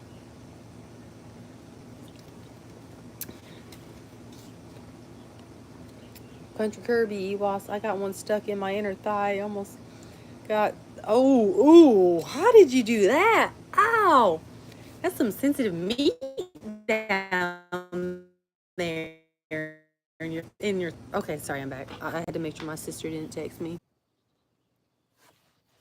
Sorry, my phone died.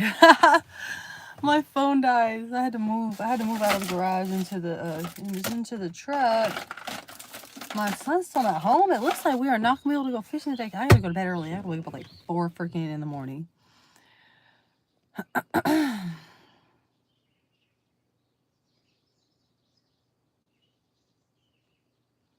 I'm trying to see where we were in our conversations. But I probably will have to stop streaming soon because I do have to go rig my poles. And now I can't take my... I think there's a plug in the bathroom. Or did I say bathroom? There's a plug for the phone in the garage. I could go back in there.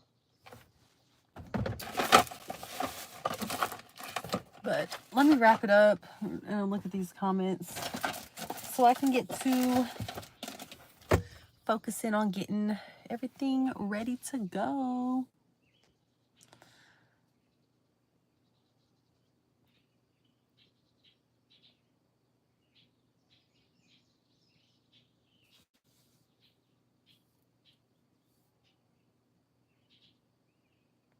Oh my gosh, Mr. Gimpy, SLK,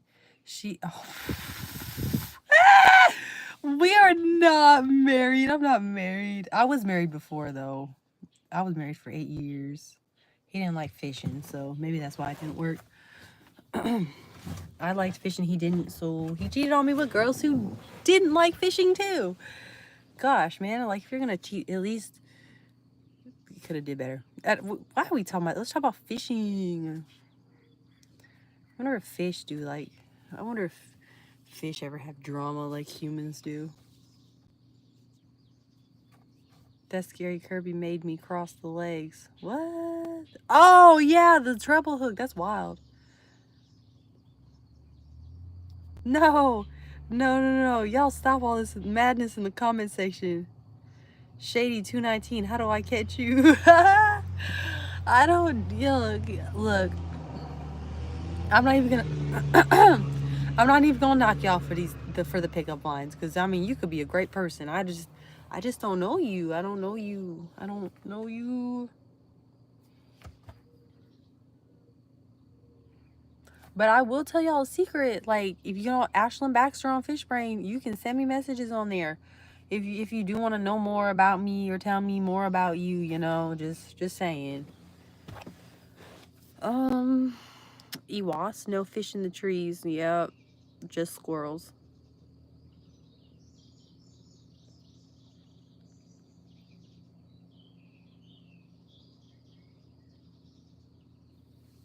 Get a charger at Walmart. Yeah, I do have to go to Walmart still. I was just trying to wait on my sister to get back with my son. I figured he wants to go too. But it's just not looking good. It's not looking good at all. Ah, shit. Tyler Platts, you are so pretty. Oh, thank you. I see you got a. I'm about to go check out your YouTube channel. It looks like you're holding a fish, maybe, or that's not. No, I see water. That's not a squirrel.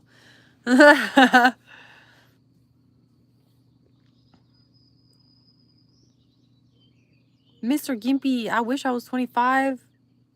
We'll roll with that. We'll roll with 25. Let's roll with 25. Yep. From here on out, everyone, I'm 25.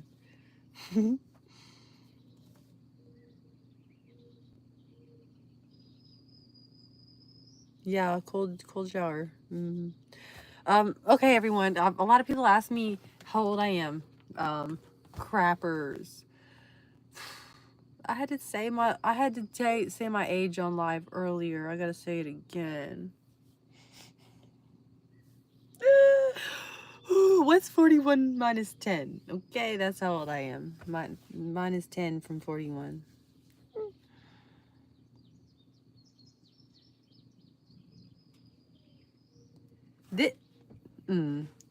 Nishant Kumar said, wow, she looks 32 with kids. That's pretty freaking messed up, okay? Because I'm actually 31 and I do have kids. And how can you say I look like that? Because I really don't look like, maybe, I don't know, maybe in the face, maybe the stress in the face. But honey, the bod does not look like it's had kids, okay? There maybe stretch marker too, but still, they're not that bad. Tyler Platts, I don't have a channel. Oh, okay. I just seen the picture on your thing. I don't know where that's coming from. Well, if you got a fish brain, I am Ashlyn Baxter on Fishbrain. Yeah, Country Kirby, get you a fish brain. Miser, hey, what's up? What's up? We do need to get back to fish and talk, though, if we are going to be on here. Shady 219. That's a good age. Not too old, not too young. Oh, gosh, yeah. I guess.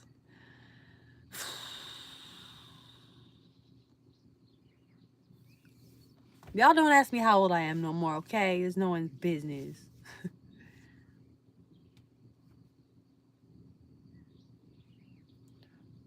Country Kirby said, you look way younger. At least you don't get called grandpa. Yeah. Country Kirby said someone called him grandpa before, a kid. That's messed up. J's and Z's, you still look like you're in your 20s. Thank you. Nishan Kumar, wow, I just guessed your age. Right. Just 1 year older.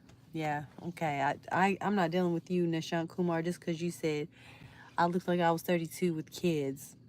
But I can't even be mad at you because that's almost true. Tyler Platts, I love fishing. Me too.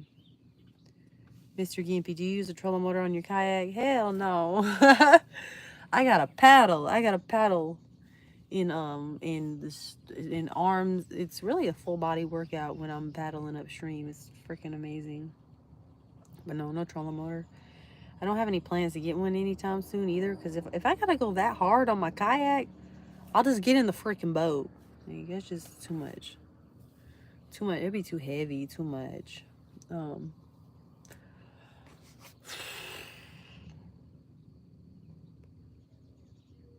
Yeah, the comments are getting pretty wild. Probably because I've been streaming for a long time now. Um, we did quite a bit of fishing talk. Now, as far as fishing on a live stream, I will not be able to do that tomorrow.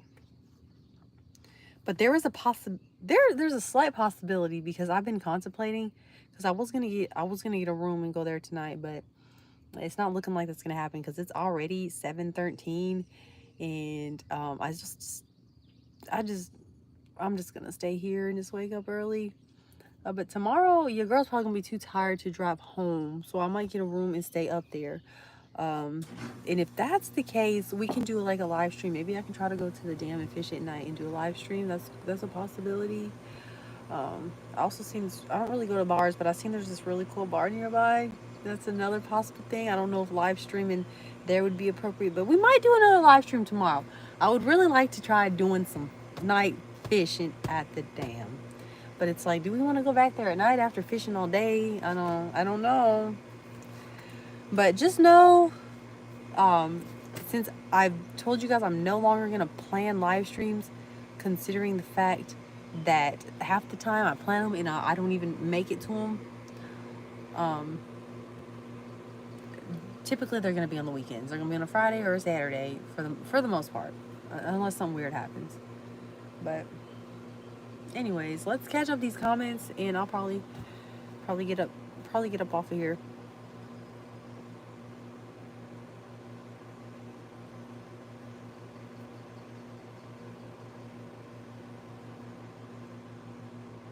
All right, peace out, Country Kirby, Leonard Russell. Hello. What are your plans for heading north to Michigan? Oh, I still don't know yet. I still don't know. I'm assuming you're the person that was in here before, and we were talking about the migrations in the Upper Peninsula and coming salmon fishing. Pretty sure. Tyler Platts, you fish every day. Must be nice. I need mods to stop these comments, and now I gotta figure out how to have my comments filtered. But sometimes those filters will take comments the wrong way, and then I'll be missing out on comments. But excuse me, but that's fine. Ning's Black Eye. What is your OnlyFans? I don't have an OnlyFans. I'm really. Oh, I don't. I don't think. See, I don't want to turn this in like to a religious stream, but like I believe in God and I love Jesus, and I really don't think that He wants me on OnlyFans selling pictures of my bod for money. No, we're not doing that. No. Then my kids had to take a chance of their friends seeing it. And then next thing you know, he's getting made fun of, and people are talking about his mom, his entire like their entire school career. So we don't. You gotta take when you got kids, you gotta take things like that in consideration. You don't want you don't want them to have a reputation for having a mom who sells content on OnlyFans. So get off. Matter of fact, like, please just get out of my comment section because you've just been inappropriate the whole time. That ain't cute.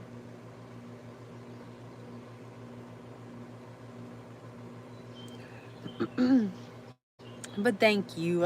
It's okay to put comments. Like, I don't mind if y'all ask me like questions like if about my relationship status. That's fine.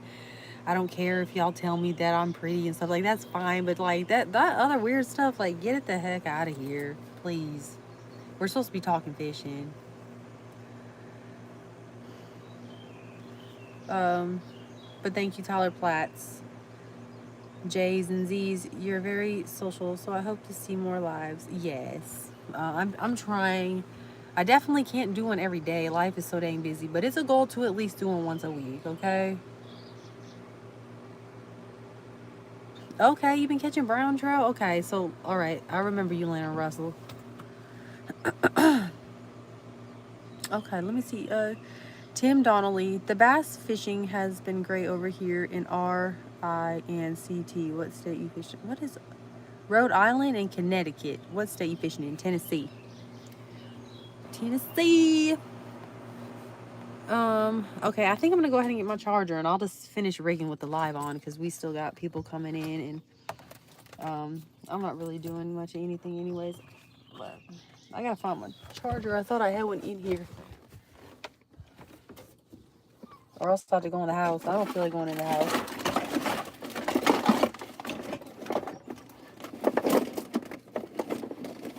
Aha. Thank you. Bye, Mr. Gimpy. I hope I catch a trophy too. I just want to catch fish, period. What kind of boat do I have? 2008. It's a 2008 Bass Tracker. It's a tournament, V18 tournament series, 18 foot, 9 horsepower Mercury motor on it. Then we have a 14-foot homemade aluminum flat bottom. This is actually just right in front of me. It's got a brand new 15 horsepower Suzuki 4-stroker on it. I can't wait to get that thing on the water. I just got to finish getting it legal.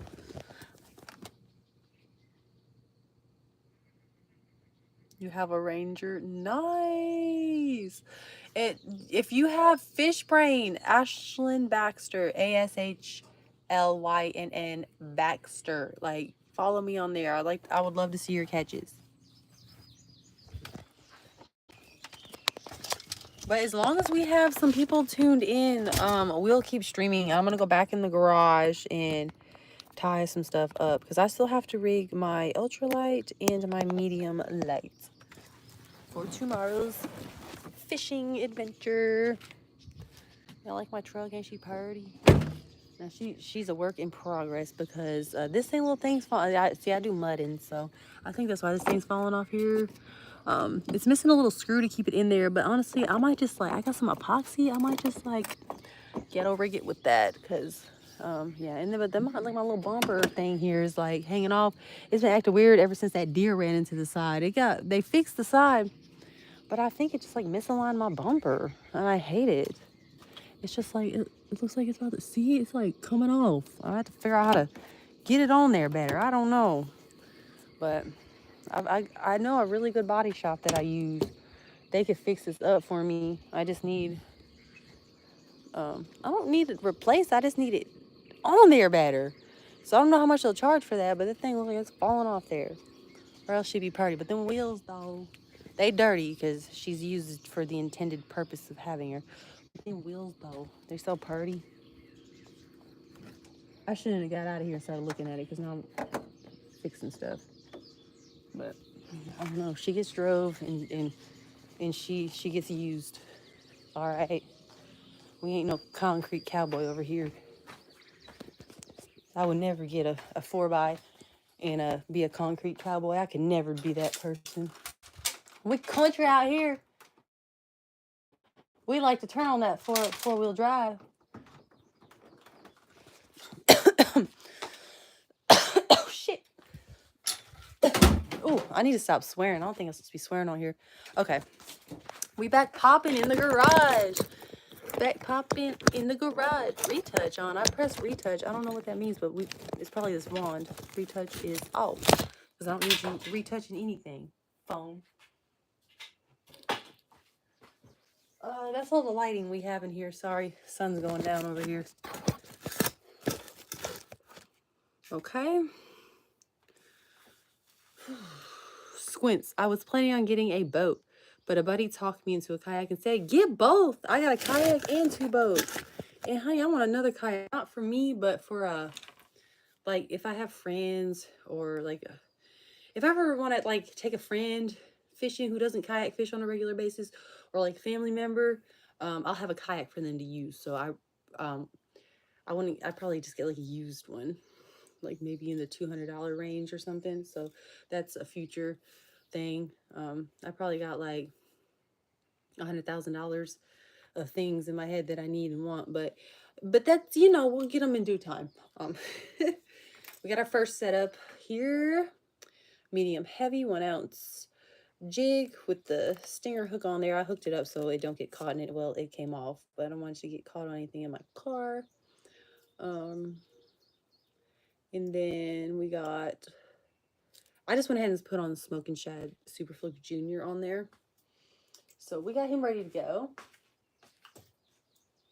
And of course, when I'm kayak fishing, I will generally take my empty tackle box I keep, and I'll put a few extra pieces because I can't carry my big tackle box in there. So I'll just carry my small one, and I'll put some extras in there of what I'm fishing with and maybe some other things to try out. So now we're going to move on to, where did Trusty Dusty medium heavy, not heavy, a medium light go?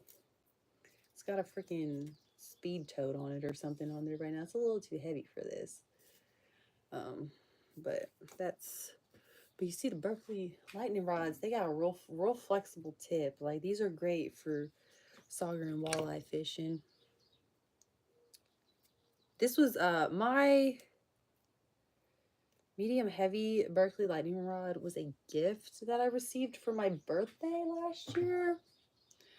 And I just recently put a reel on it and used it because I forgot I had it. It was just like in the corner of my room, like, but it had kind of slid back to where I couldn't see it. I forgot I had it. Like, I just forgot about it for months. And then when I was like, one day it just like hit me. I'm like, yo, I think I seen the back end of it sticking out of the corner. I'm like, yo, I forgot I had that. I need to use it. And it's like, it's my little buddy now. I love it. It's my buddy.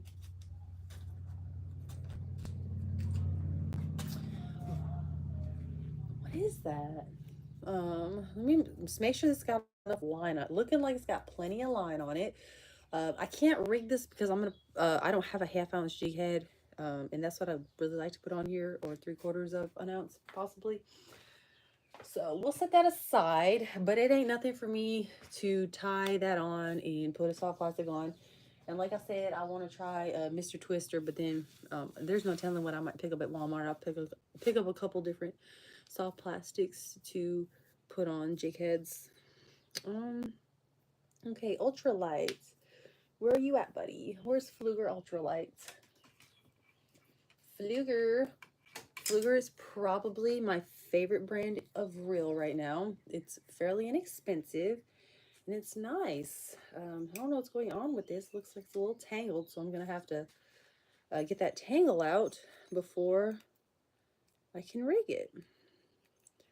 Now, I'm not exactly sure what we're gonna do with this one. Let me read what it's talking about. I'm sorry. Coughing. I don't know.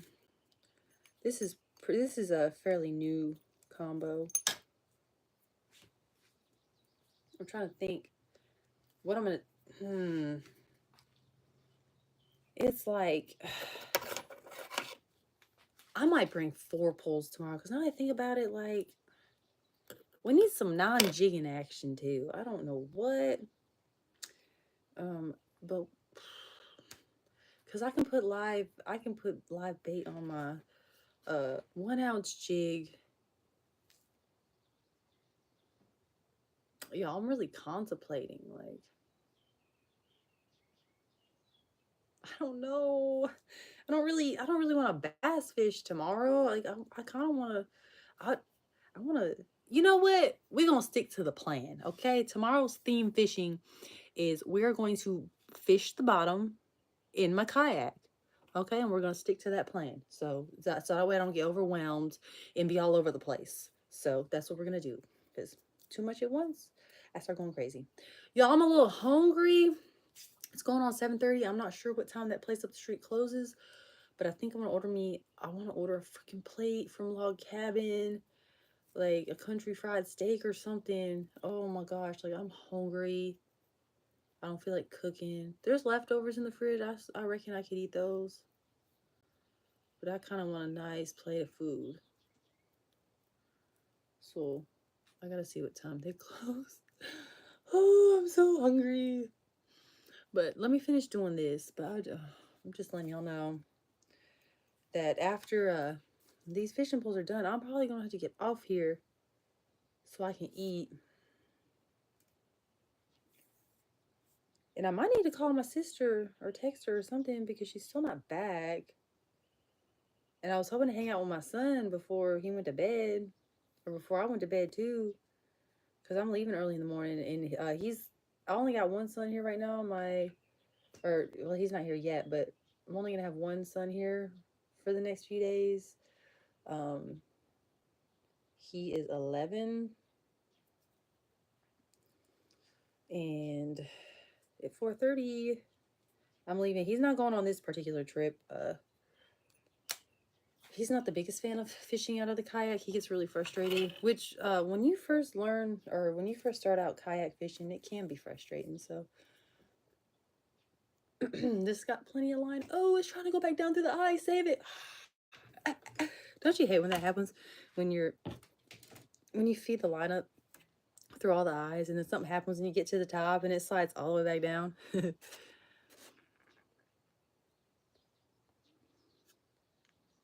Leonard Russell, pavement princess. That's what we call them. Oh, yeah, I'm definitely not a pavement princess. Like, the only reason y'all, like, my truck's really still, it's got like, I went to the car wash today. Oh, there's a pretty cardinal under my truck. Oh, and I sprayed most of the mud off, but that thing had mud all over it because we went mudding on Monday, Memorial Day. We did some mudding. Yeah, I'm not no pavement princess. You can best freaking believe that. My truck sees its fair share of dirt and mud and filth. Tyler Platts, where do you fish at? I fish at Portage Lake. I don't know where that is. I fish a lot of places. You check out. You don't have a YouTube channel, so you can't check out my channel. Creek Freak fishes everywhere. I've done a lot. I've done a lot of fishing in Michigan. I fished pretty much all the good streams in Middle Tennessee, but there's still some that I got to get to. There's a couple on my list around here I got to get to. My local lake is Kentucky Lake. So Tennessee River. I practically live on the Duck River right across the field. You'll find the Duck River. So Duck River is like that's my baby. Like I fish a lot of places, man. Like everywhere. J's and Z's, I'm heading to Lake Gregory in California for trout tomorrow. I rigged up since yesterday. Cool. That sounds fun. Super, in your opinion, does a sit-in version or sit-on version? Or you want to sit on. Don't get no sit-in kayak. You ain't gonna like it. I feel like I feel more stable on a sit-on-top kayak. Definitely recommended for fishing. I've only used it on kayaks, so I'm biased, but it's very uncomfortable to fish off of. You want sit on kayak. You don't want the sit in one for kayak fishing. I don't recommend it. Super Cam, take the fourth rod just in case. Better to have and not need than to need and not have. You're right. Super Cam, enjoy your dinner, and we'll see you on the next one. Take care. Okay. That's Spasms. Hey. I'm still gonna stay in here for a minute with y'all. Trying to figure out how to put on a little ultralight here. I suppose I can put like a road runner on this. That way, if I want to take a break from fishing the bottom, I can just, try to target like smaller fish that will hit the road runner, because my friend said he caught a trophy bluegill there. And guess who needs a trophy bluegill for tarp? Ash. So, yeah.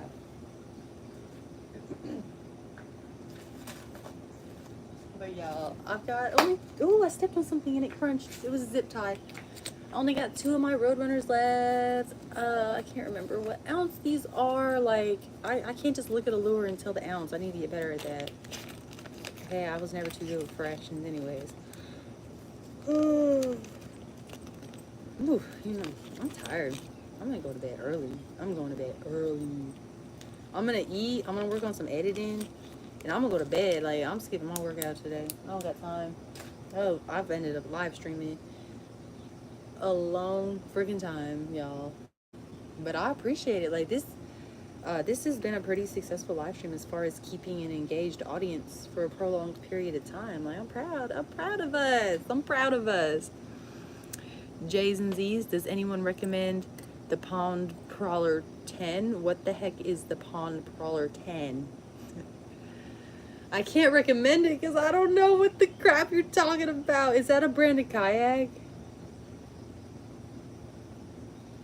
I'm gonna have to look it up. I'm like, I like Perception personally. My fishing buddy, Smallmouth Slayer, that used to fish with me in my videos, um, we no longer do collabs anymore. Unfortunately, he quit fishing due to whatever he's got going on in his life. Whatever, I really don't know the whole story behind that, but um, needless to say, he put me on Perception kayaks, and I freaking love my baby. She goes upstream so nice, and that's important to me because there's so many times that I do have to paddle back upstream. So, Bass Pro Shop sells them. Okay. Oh, it's a small pontoon boat. You said Pond Prowler. Okay, I've never heard of that. Um, it would be fun to have a pontoon boat for me and my family to just chilling. Although if I'm on a boat in water, I'm gonna want to fish. It's hard not to, you know.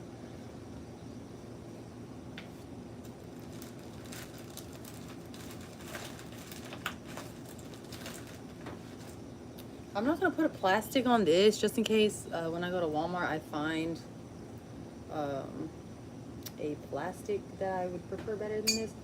Y'all, I'm sitting here like, see, this happens to me. I'm like, okay, I really like to go to bed, like, like relax, but I still gotta go to Walmart and I gotta go get some freaking shiners from the bait shop, which is like it's really close to Walmart. um, but the reason I'm not putting my soft plastic on this is just in case I find something in Walmart I want to put on this. So yeah. But I reckon since, oh wait, we're supposed to be getting a fourth pole ready. I gotta take some advice and uh, be over prepared than under prepared, just in case. But I don't know what to put on. That's the thing. I could I could put on my trusty dusty deep runner, but I don't know about that either. Y'all, I really don't know. I'm at a, I don't know. I really don't know. Tell you what, I'm just gonna bring it as is. One of my pulls as is. This is medium action. I use this for a lot of my kayak fishing when I'm fishing these streams. Um, my son looks like he's changed the line on this. I usually have like anywhere from 8 to 10 pound fluorocarbon on this, but he's got 10 pound braid on this now. So um, he took my he changed the line on my reel, but it's fine. He's got some type of flipping jig on here with a creature craw of some sort. Uh, I don't know if I want to keep that on there or not. I might take it off. I really don't know. Maybe put a punch rig on it. Who knows? I don't. I'll probably just leave it as I'll just bring it because it ain't nothing to paddle back to land and go in the truck and grab it if I do decide I want to use it and tie something on real quick. I just right now my brain's not allowing me to think if I want what I would put on here. I don't know. He might work too. Heck, I don't know. But we'll bring it. Okay.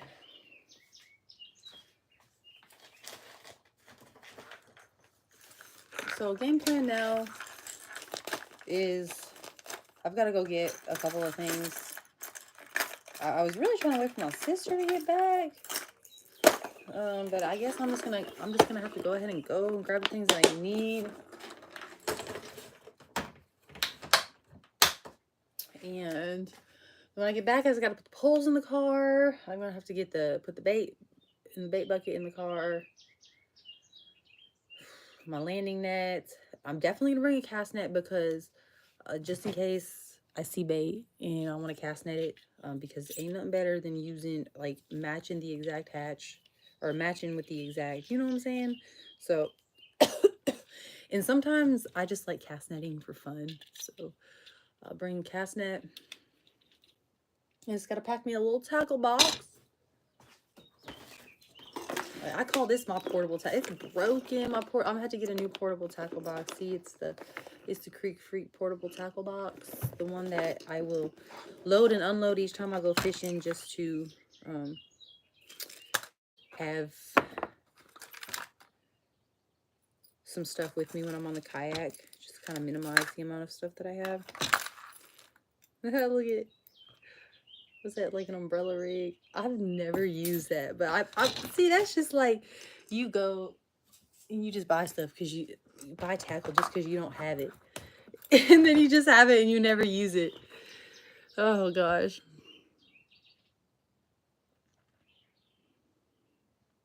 Thank you, Leonard Russell. At least run the line through the guides.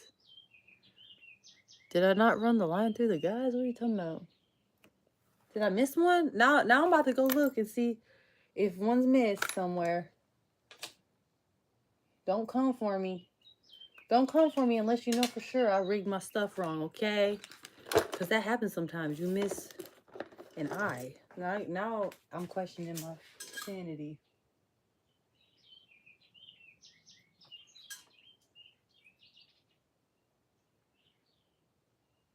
Oh, yeah, they're all ran through the eye. Oh, you said at least run the line through the guides. Yeah, it's already ran through the guides. That's like the freaking hardest. That's the most annoying part of rigging anything, is running your line up through the freaking guides. And so yeah, it's ready. I just literally just got to tie the jig on there. Sorry, I didn't know what you meant, J's and Z's. J's and Z's fluke reel. Yes, I love me a fluke reel. Oh, oops, you did, my bad. Yeah, I didn't miss one. It looked like from a distance it might look like. Yeah, I'm trying to make sure I didn't miss one. Now I'm double checking again for you. We're good.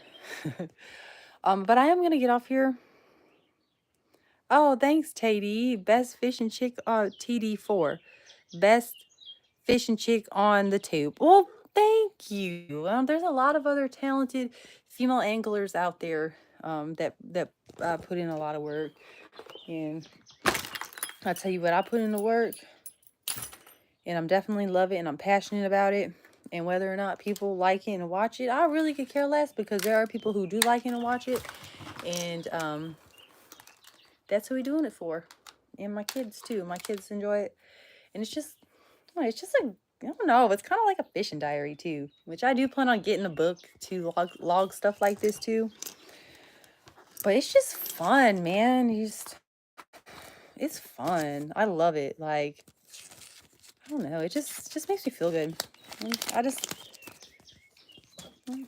I gotta stay busy. I like to stay busy, and fishing is cool, but being able to film and create my own like vlog is awesome, because y'all know, if y'all don't know, I edit all my own content. I edit it all myself. That's why it's probably why it's not as good as it could be. But I've definitely gotten better with my editing, and I feel like every time I'm working on a vlog, I'm learning something new with the app that I'm using. Like, I just recently learned how to freaking, like, I've been knowing how to split music, but I just recently learned that you can split the clips, and it just makes it so much easier for like the muting and adjusting the volume and like bleeping stuff out. Like, I just wish I would have knew this a long time ago, because but it's a learning process. Michael J. Brown, heck yeah.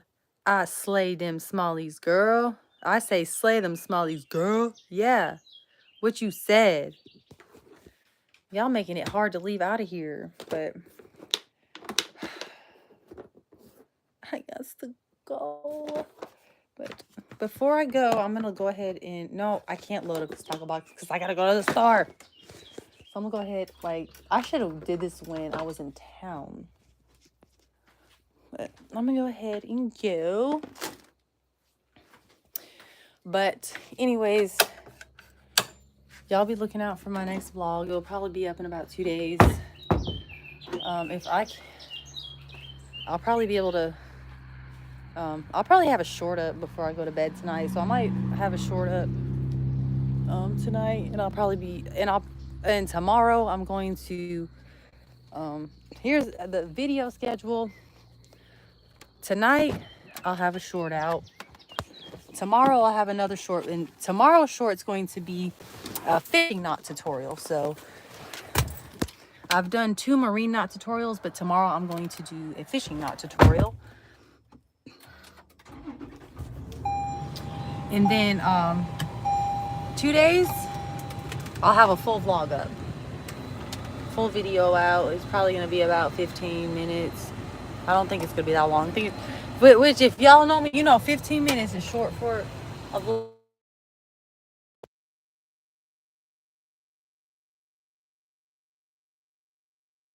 A lot of good footage to use. But this one, it was lost files, so there weren't that many. So it's going to be a shorter vlog.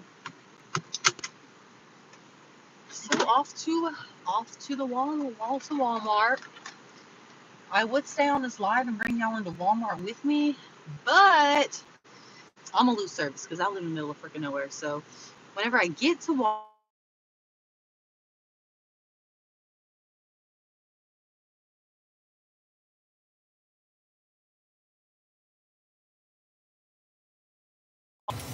let me get into some service so I can tell y'all what I was about to say.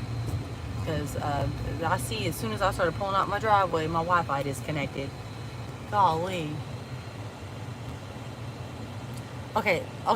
I had to pull up so the Wi-Fi would connect, but I have to get off here and drive to Walmart. I'm gonna lose service because it's the middle of freaking Nowheresville here. But when I get to Walmart, I still ain't gonna have service. But they have Wi-Fi in Walmart, so I'm gonna connect to the Walmart's Wi-Fi.